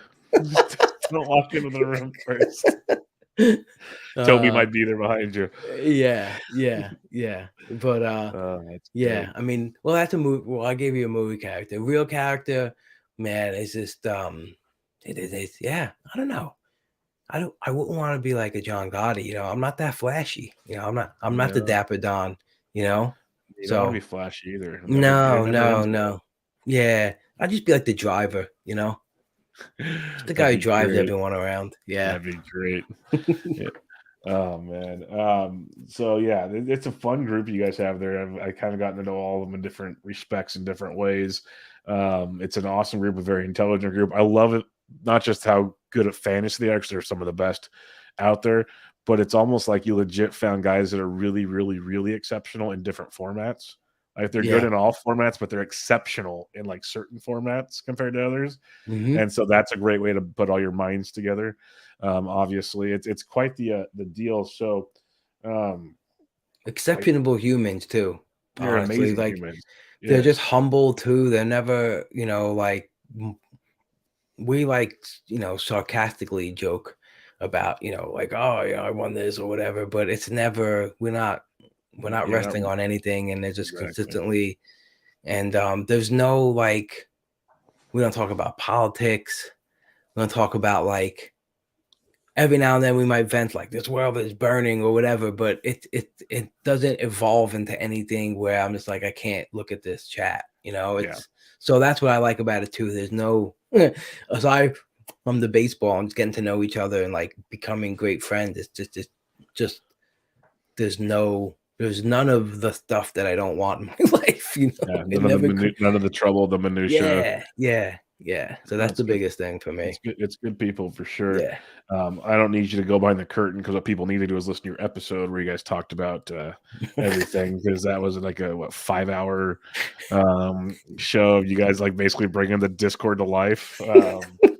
It's great though. Like I love it. I Yeah. love it. Like I got my guys I text, nothing like you guys have there, but it's nice to have a sounding board. Like you guys. There's the the Vlad, Matty Mo, Silver, Mhm. Jenstead one. Like Yep. Powerhouse. that's like the OG. And then okay, let's have fun here.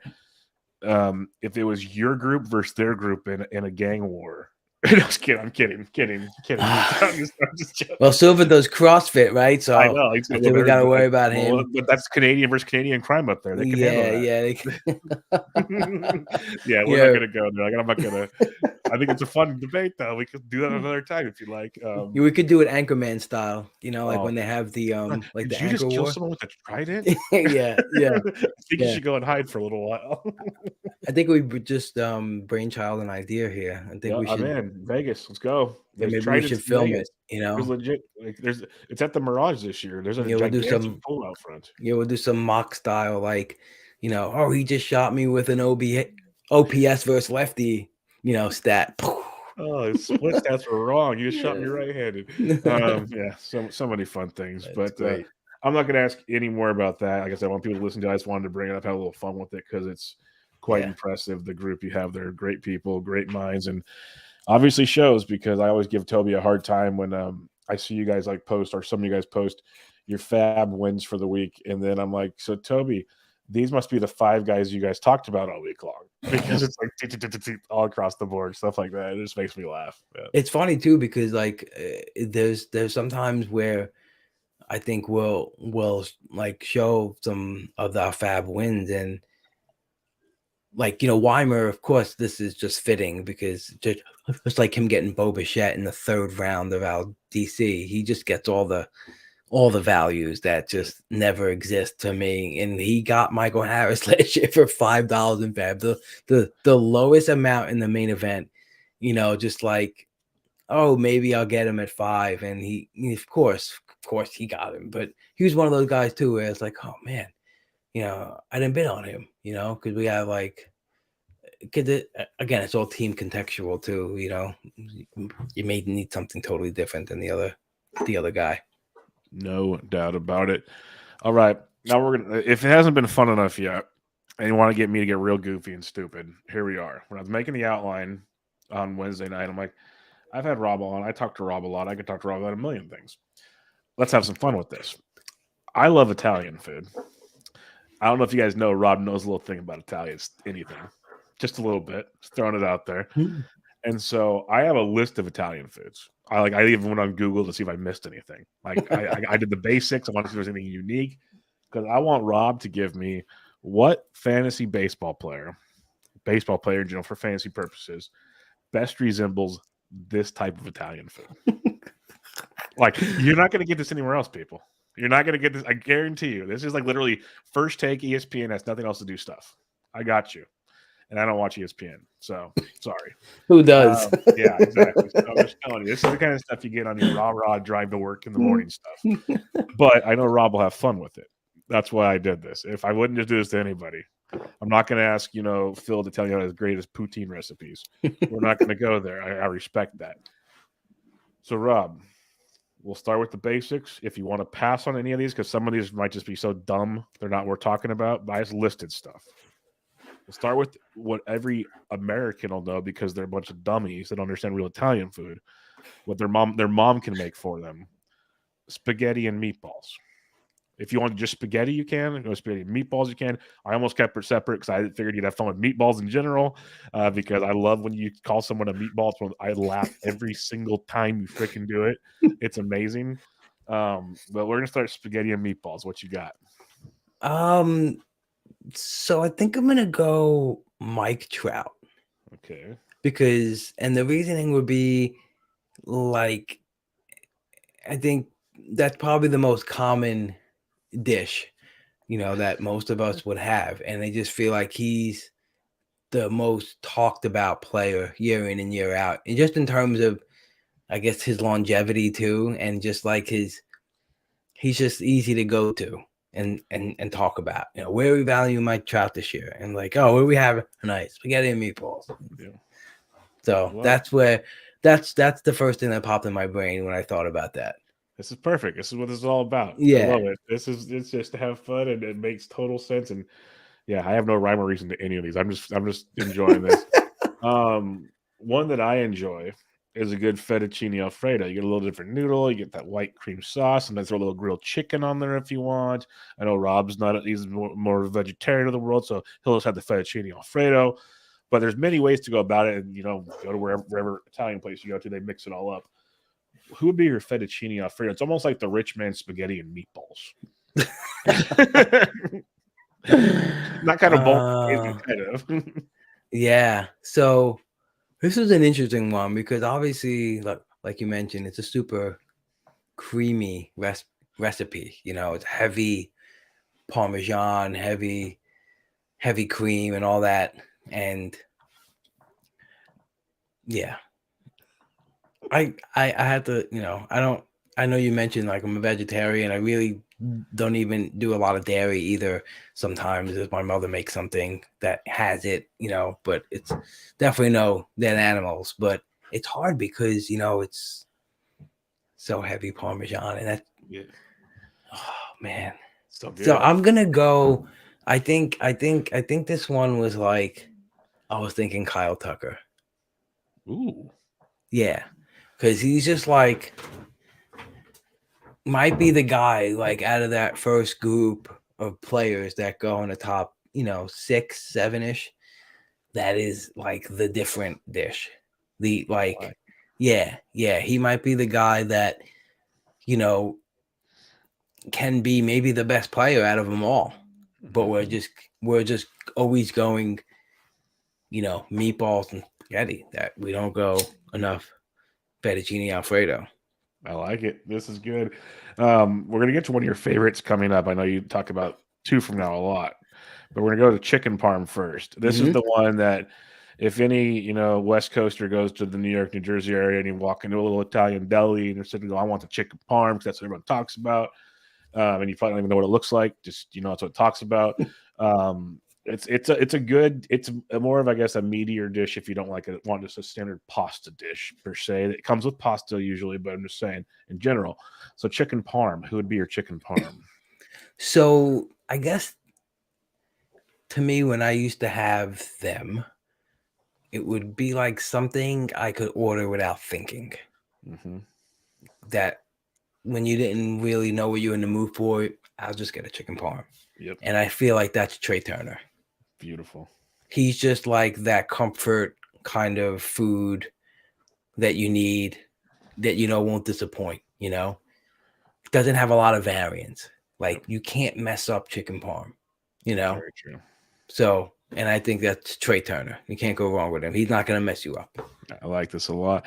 Now, one that I know you enjoy, you talked about your mom makes a great eggplant parm and some other ones that you're a big fan of. So this is one I think you want to hit a home run with, I'm guessing, because this is one you really enjoy.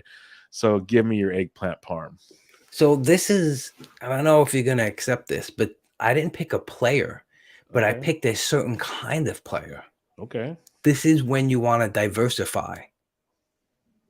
When you've done a lot of drafts, or you've just been eating a lot of meat. Yep. And you just say, I'm going to go eggplant. Yeah. I don't need something heavy. Let me just get the eggplant. I think that's your diversification player. When you're like, I have all of this player, now I need this one.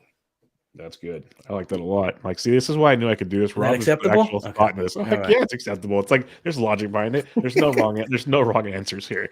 There's no wrong answers. No, we just went from something not as thick and whole. Let's go to one that's thick and whole. The lasagna, and you usually get a 3 to 4 layer lasagna. You can get crazy with it. You can get all kinds of different meats in it. You can do no meats in it. There's tons of ways to have lasagna. Depends on how you want it, but regardless, it's a whole lot of pasta, a whole lot of sauce, and a whole lot of cheese before you put anything else in there. So who is your lasagna? So My lasagna is Juan Soto. Ooh. And it's Juan Soto because with lasagna, it gets a lot of hype,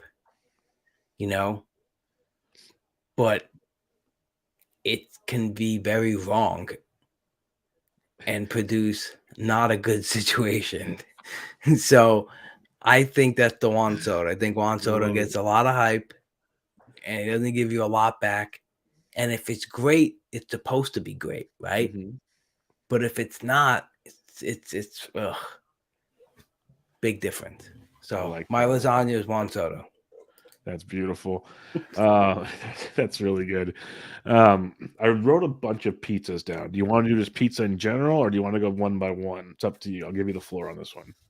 Well, I had one to add before we do pizza, and Okay. that's What do you that's had? the meatball parm, Okay. right?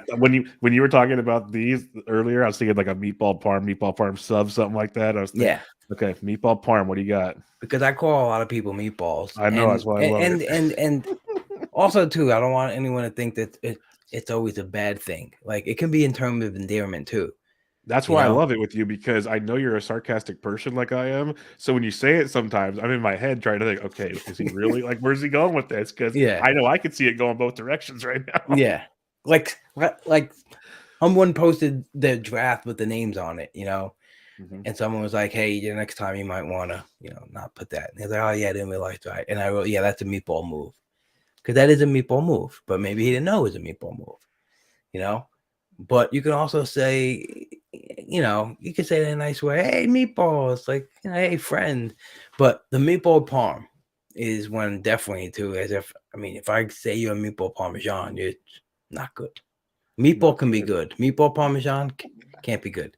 Good to know. But so the meatball parm is basically all over the place, especially if you get like just like a very sloppy inside, and it's just crumbled meat. It's just mutts everywhere, and it could be over much. If it's over much, it's not good.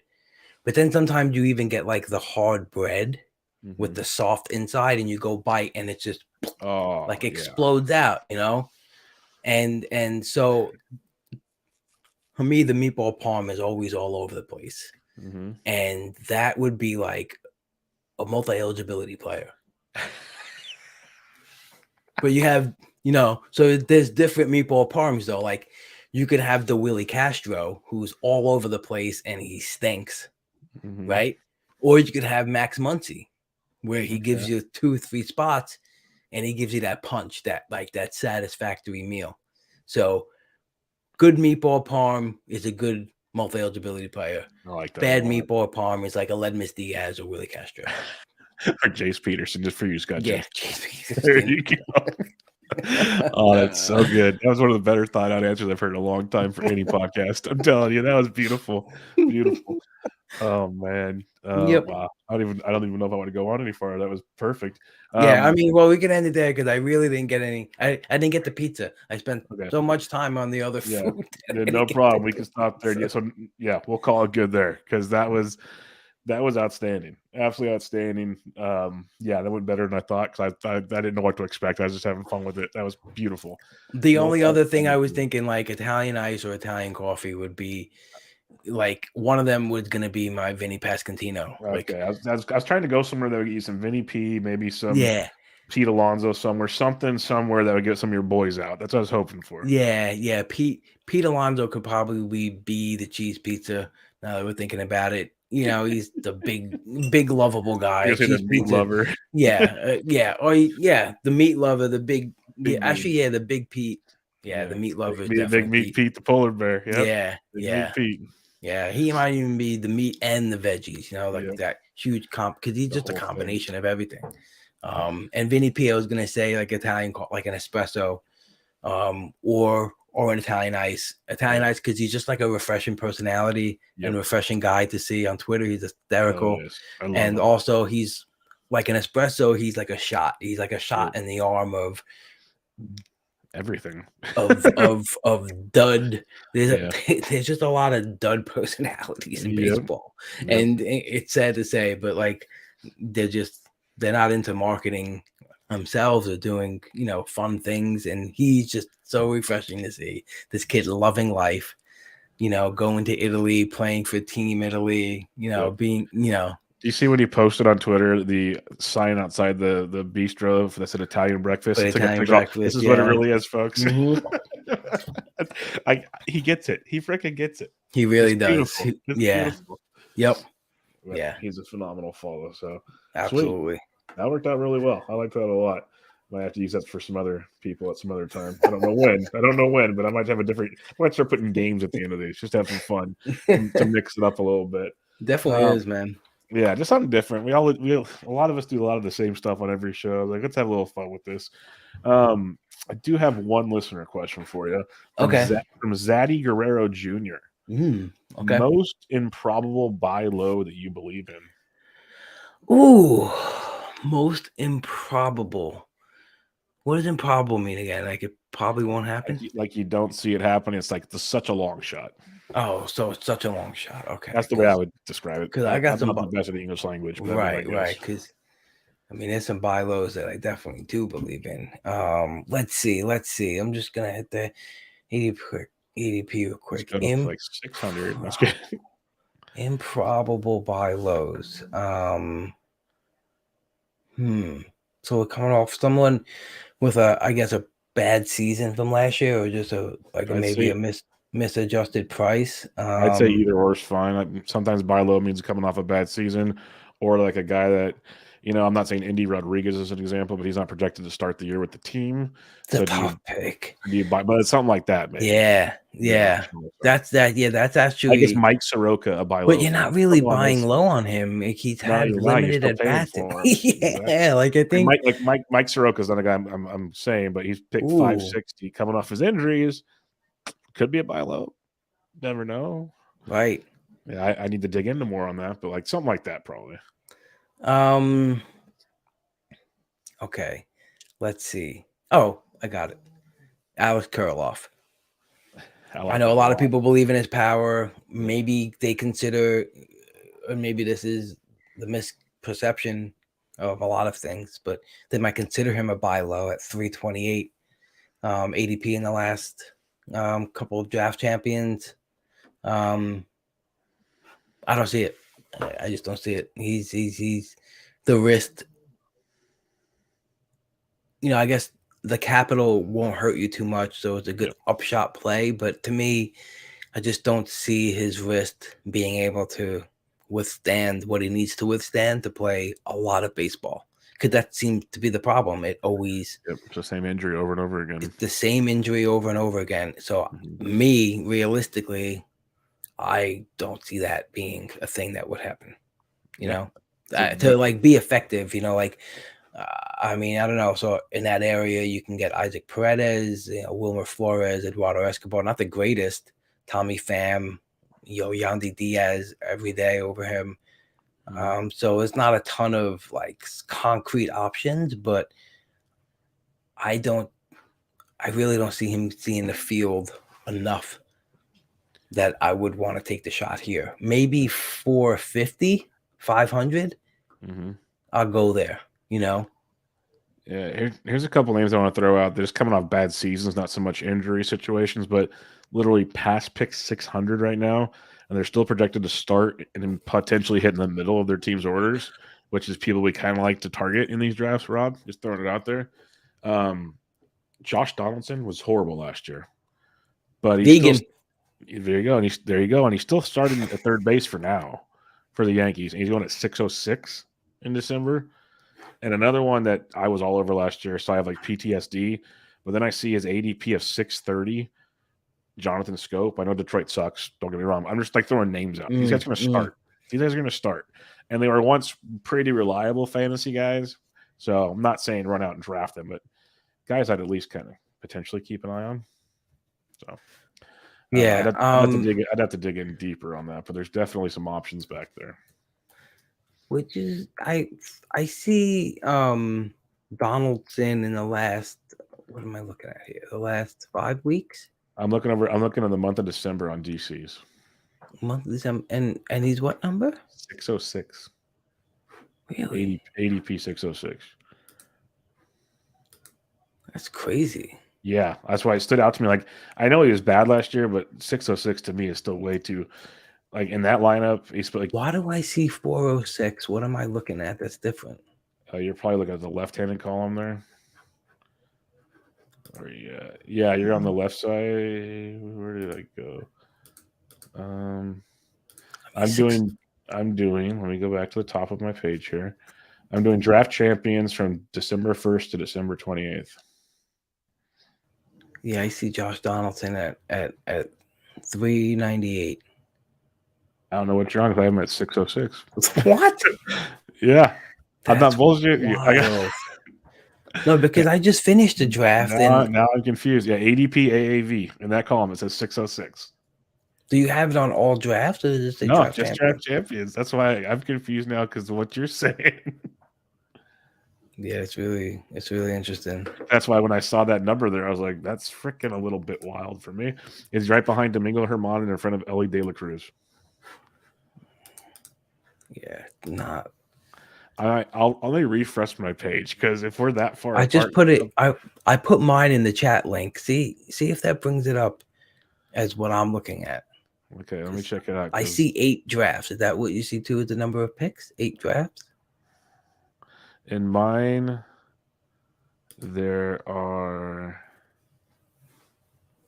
what the hell? No, mine says 165 drafts. The Yeah, hell? So my that's thing must be wrong because it says draft champions right here. So let's just move a few things around. yeah. I think that's how you got to lock out of it. You got to like Yeah, I pick just moved it. it around. Now I have 8 drafts. Now I'll probably have right what you're Yeah. saying. Okay. Because Yeah, 398.75. man, I just finished the draft, and if he was at Okay, 606, I think it yeah, would have took him. 606. I'm like, that's not right. Like I'm glad this is why we talk about these folks Yeah, because but 404 yeah, is interesting too, man. I still mean, is. Yeah, he still has viability there. definitely has viability there because I mean, look at all the other question marks, and it just depends where you are with offense, but Well, it's there's like right there. If you need a third baseman, you have Donaldson or Heimer Candelario. Like, yeah, or like Brett Beatty's going there still, like yeah, Ramon Urias going a little before him even. yeah, it's What are we doing here? yeah, yeah. I definitely he still catches my eye, when I'm 100%. looking. Yeah, he's still an option there. Um, especially, depending which way you went with third base, but also too, like it gets to that point where all corners start dwindling, Well, and then these DCs, he can be your second or hopefully by then your third baseman, which is a great option to have if he does, get that maybe 25 home run upside, 30 home run guy again. That's freaking awesome at that price Yeah. tag. Like Bryce Terang is going Yeah. a couple picks after him, and he hasn't played a game in the majors Yep. on a team that does a lot of platooning. A lot of So, platoon. so I'm pretty interested in that. In honestly, I like Enrique Hernandez too at that spot, Yep. 405. Another guy that should be playing almost every day, if not every day, for the Red Sox. Yeah, I think so. And I think a lot of the draw last year for me with him, I love the profile, but him leading off was a big draw. I don't know if he ever gets back to that, but if he does, it would be nice too if he still had the 2 BOF. That's a Yeah, that'd be tough. yeah. That'd He be was so huge. nice with that, but he'll gain it. I think he'll gain it. I think he will. The only way he might not, and I kind of hope he doesn't, is I'm a big believer in Arroyo, Christian Arroyo. I like him playing every day. When he got to play, he was actually pretty productive, and you can get him insanely late right now. I just Yeah. drafted him at a 50. He's going at pick 500 right now. Like that's a dude that literally, unless something happens, he'll get to play most of the time at second base for the Red Sox, Yep. which is another one. Again, your third, maybe fourth second baseman if you're getting real frisky. That's not a bad fallback plan either. So, Yeah. but yeah, with Masataka coming over or to Boston, I don't know if Enrique makes it back up there. That's gonna be interesting. Unless they move Trevor to third and Devers to fourth in the lineup, that's an option as well. Yeah. Huh. Definitely. But Fun Devers is going to stuff. be gone. Yeah, the world is burning if you read everything the Red Sox say right now. So Yeah. I mean, yeah. there's no I'm trying to put myself in his shoes, and the writing's on the wall. Like Yeah. they're not trying to be Well, great with spending money to keep people around, and if I'm him, I'm like, well, if I sign to stay here, like, what are they gonna do? Am I just gonna be the only guy? You Well, and know? he really needs to read the writing on the wall because it sounds like there's more than just financial things in Boston. That's a problem right now because reports are that Boston offered Eovaldi 3 years in the same AAV, and he said, "Nah, I'll go to Texas for 2." He wanted Interesting. out. He wanted out. That tells me a lot. He won a title in Boston. He was beloved in Boston. To be like, you know what? I don't want to be here anymore. Might be more going on than just money. Yeah. Well, it's Texas like, hey, listen, we don't want to give up our draft pick for you, but Yeah, if you really want us to screw them, yeah, come on down. yeah, I yeah, kind of but like what Texas is doing. They're not going to yeah, I win. mean, They're not how going to can you win the. not, right? They're It's just, trying. They're yeah, trying. yeah, They're making a formidable team. A lot of injury risk, but they're spending money. Like that, no one should be talking crap on that. Like I like what they're doing over there. They're me trying. too. And you know what? Like the Grom Heaney, The rotation's Eovaldi, solid, man. they I have tweeted their it out the other question day. marks, but also if They they have pitch depth. enough, and then you plug in Dunning, Otto, Auto and even Spencer Odorizzi's there Howard, once in a maybe. while. Like I'm not an Odorizzi fan, but they got him. He can get innings. Odorizzi too. So Yeah. they have. I think they did a good job of doing that. They got some Yep. guys that can, and like Otto and Dunning, they'll keep you in the games if they got Yep. to make spot starts. Like I they're, rostered them everywhere yeah, last year at certain yeah, times. But yeah. I yeah. think they're decent enough to throw in there. It's great depth, and like you said, Odorizzi too can be a swing guy. So they're prepared to like influx possible IL stints, and Yep. maybe it's not even IL stints. Maybe it's just strictly load management. Maybe they have an approach with the Grom and Heaney that says, "Hey, listen, Yeah. this is how we're gonna weave you through the season." Give us 150. We'll work the rest of it out. Yeah, even 130. Like, Yep. if you can have the Grom throw 130 of his best, or try to peel it back to get to 160, maybe they were like, you know what, we'll take your best 120, 130. We'll work around that. We'll get some pitching depth. We'll give you, maybe we'll skip some starts, or maybe you'll, take some time off for 2 weeks. Who knows? 100%. Yeah, I like what, 100%. yeah. Any team that tries and just Yep. they're trying something, so you can't knock that. So your boy's gonna sign Correa or what? I mean, I think it sounds like they're gonna end up working something out. I I think mean, so too. I mean, I, you, I saw the thing in the Athletic about him saying his leg, the one time he said his ankle, he felt like the plate was vibrating. Anybody who has plates inside them can tell you that. Yeah. Um, you know, I don't know. Were they not able to get insurance on that part of his leg? I have no idea, but he seems fine. you know, Yep. I guess maybe there's just, what I'm guessing is there's just a certain age where that might, or a time from the surgery that might get worse. But Mm. I don't know. It seems like they both really want each other, Yeah. and I think it'll work itself out like that. I'm hoping it works out and that he, you know, is not injured in the future, obviously. But I like his overall attitude and approach for the game. Like, even with this cheating stuff, like he handles himself really good. He got emotional, but like not a bad emotional. Yeah. You see like how he thought like nobody thought they were good because they were doing that one thing. Yeah. Like, oh, without this, they suck. And Like the Barry it, Bonds argument I give all the time. He it's still didn't hard fix not to that. just say those things and still be like in the Yep. good light of the public. And even when he doubled down on himself, and I think I was really impressed with him in the postseason when he was on MLB. He's a very cerebral guy. And he looks at stuff we're looking at. Like, he's looking at OPS versus Mhm. lefties versus righties, chase rate. Like, he was bringing that up like really seamlessly and easy. And I was like, oh, he's on it, and I like that. I think that's a good part of the Mets, is that they're really getting better at that part, the analytics and player performance. And I think he's a good New York fit. Like, I don't think Yeah.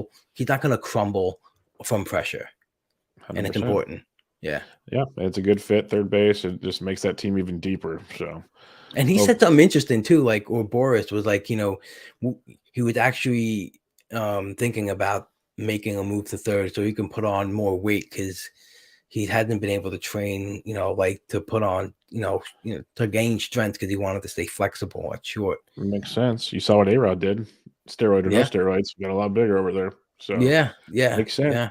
Makes a lot of You know, sense be interesting to see what happens, but for hope it sure. all works out. Again, they're having fun, and being a Met fan is I retweeted something like a lineup from like 6 years ago, and it's like this is why we get excited over things, because 6 years ago, like, we had Brandon Nimmo batting seventh Yep. and a bunch of duds in Yep. there, like just straight up duds. And it's like it's exciting that they're making all this noise, and Steve That's Cohen is what not ruining that's baseball. what I was He's saying. I was saying with the guilds, and like he said, the Yankees fans, other guys are complaining. I said, you guys have witnessed it forever. You guys have gone through all the shit. Like you guys yeah, are allowed to have some fun. Anybody in baseball should have some fun when their team's trying to do this. Like if you're mad about this, it's because you're just being a hater. So stop and go away. Like enjoy it. yeah, You just wish your team did this. Let's put it that way. So yeah. just like we all wish we could build our own fantasy team. That's the beauty Yeah, of it. right. And they've also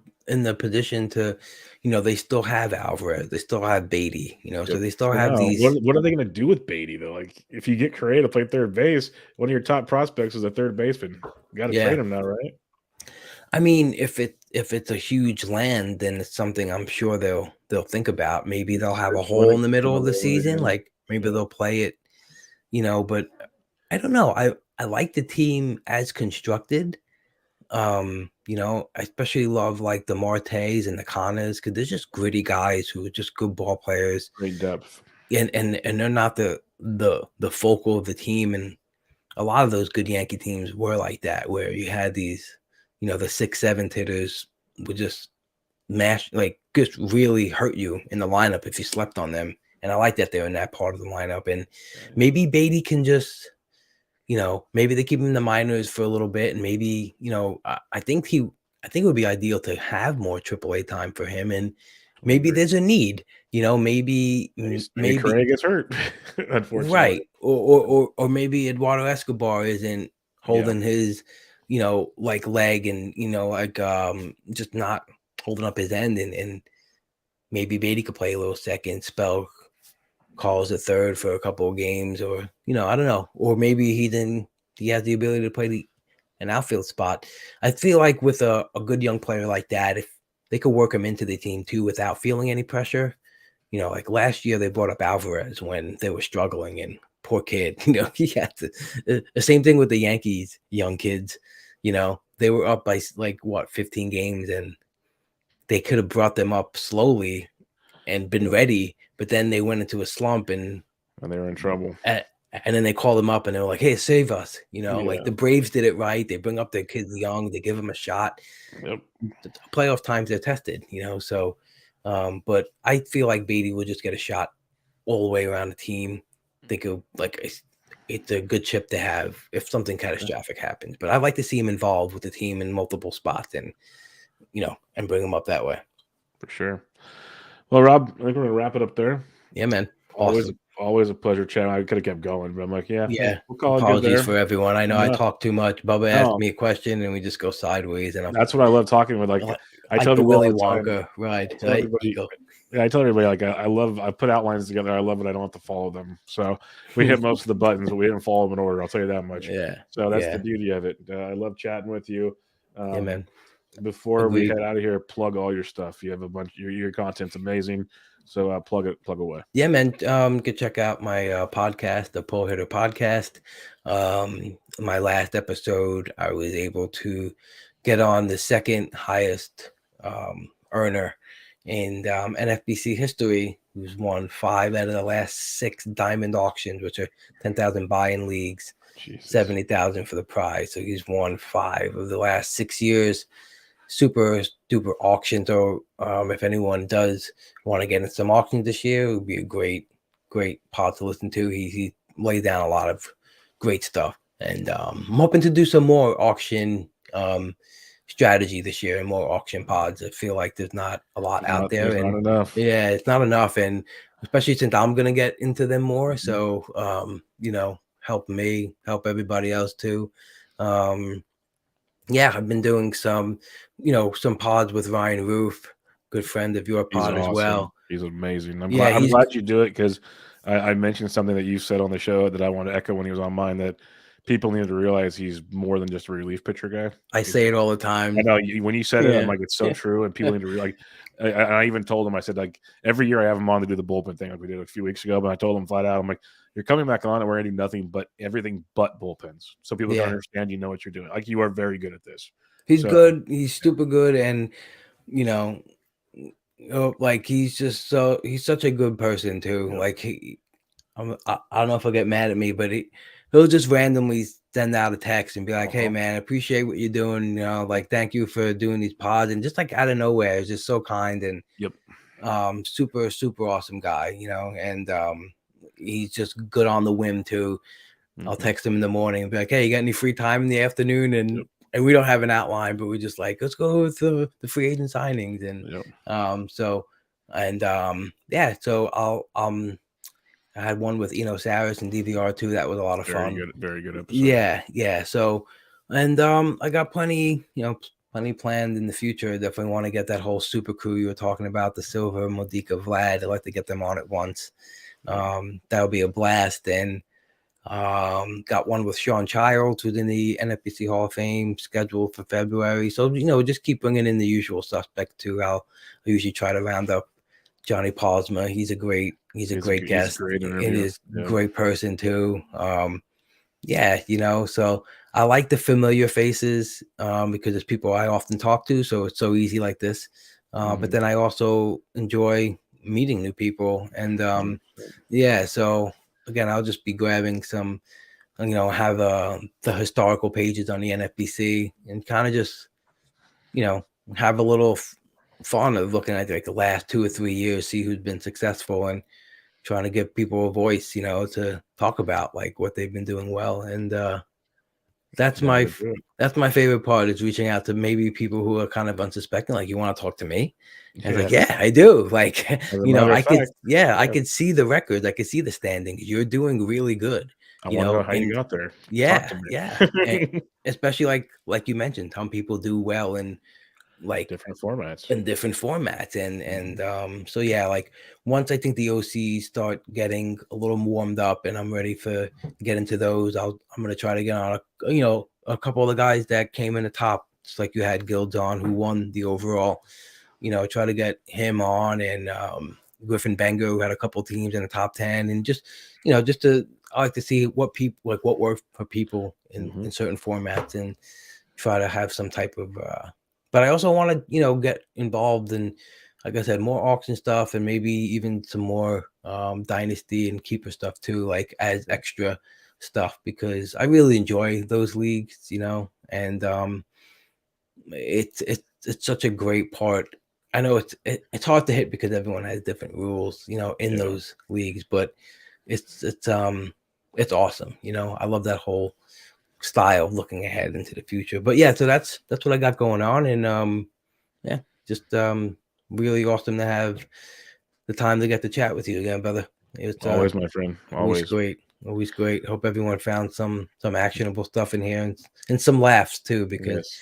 like you said, it's good to break it up with stuff. Yeah. And We all do shows. We all do a lot of serious, well, not serious, but serious kind of structured content. But I think laughter is a good medicine once in a while.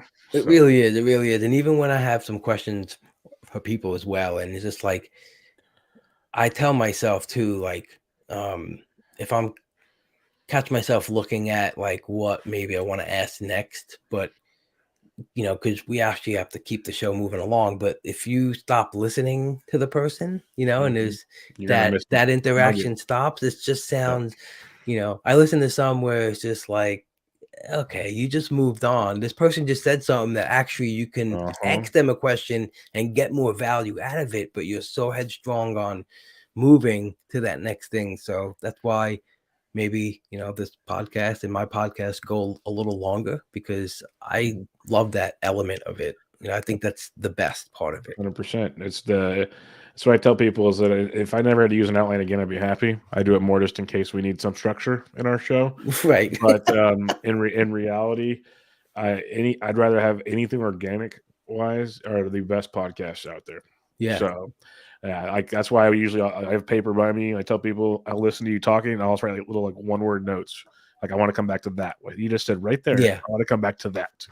right. So and then stuff like that. Especially when it's strategy and loose based, 100%. like because if I had you on my pod and I wanted to do like an ADP battle, I Yeah. wouldn't like 3 hours ahead of time say here the 10 players I want to talk about, Yeah. because you need time and you need to To have prep some for it. sort of, obviously we know the player pool well, but like Mhm. when I get ready for something like that, I'm digging into the players. But when it's stuff that we could just like talk about. You don't need to have a list, exactly like you said, just a couple of bullet 100%. points. And, Yep. you know, that's why I'll write my docs every now and then I'll be like, this is way too much because my brain just doesn't stop. You just have to let it come out like in the midst of it. Yeah, So, most but thanks, definitely. Bubba.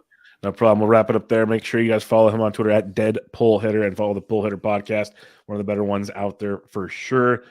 But until next time, this was Bench with Bubba, episode 531 with the one, the only, Rob DiPietro. Catch y'all later.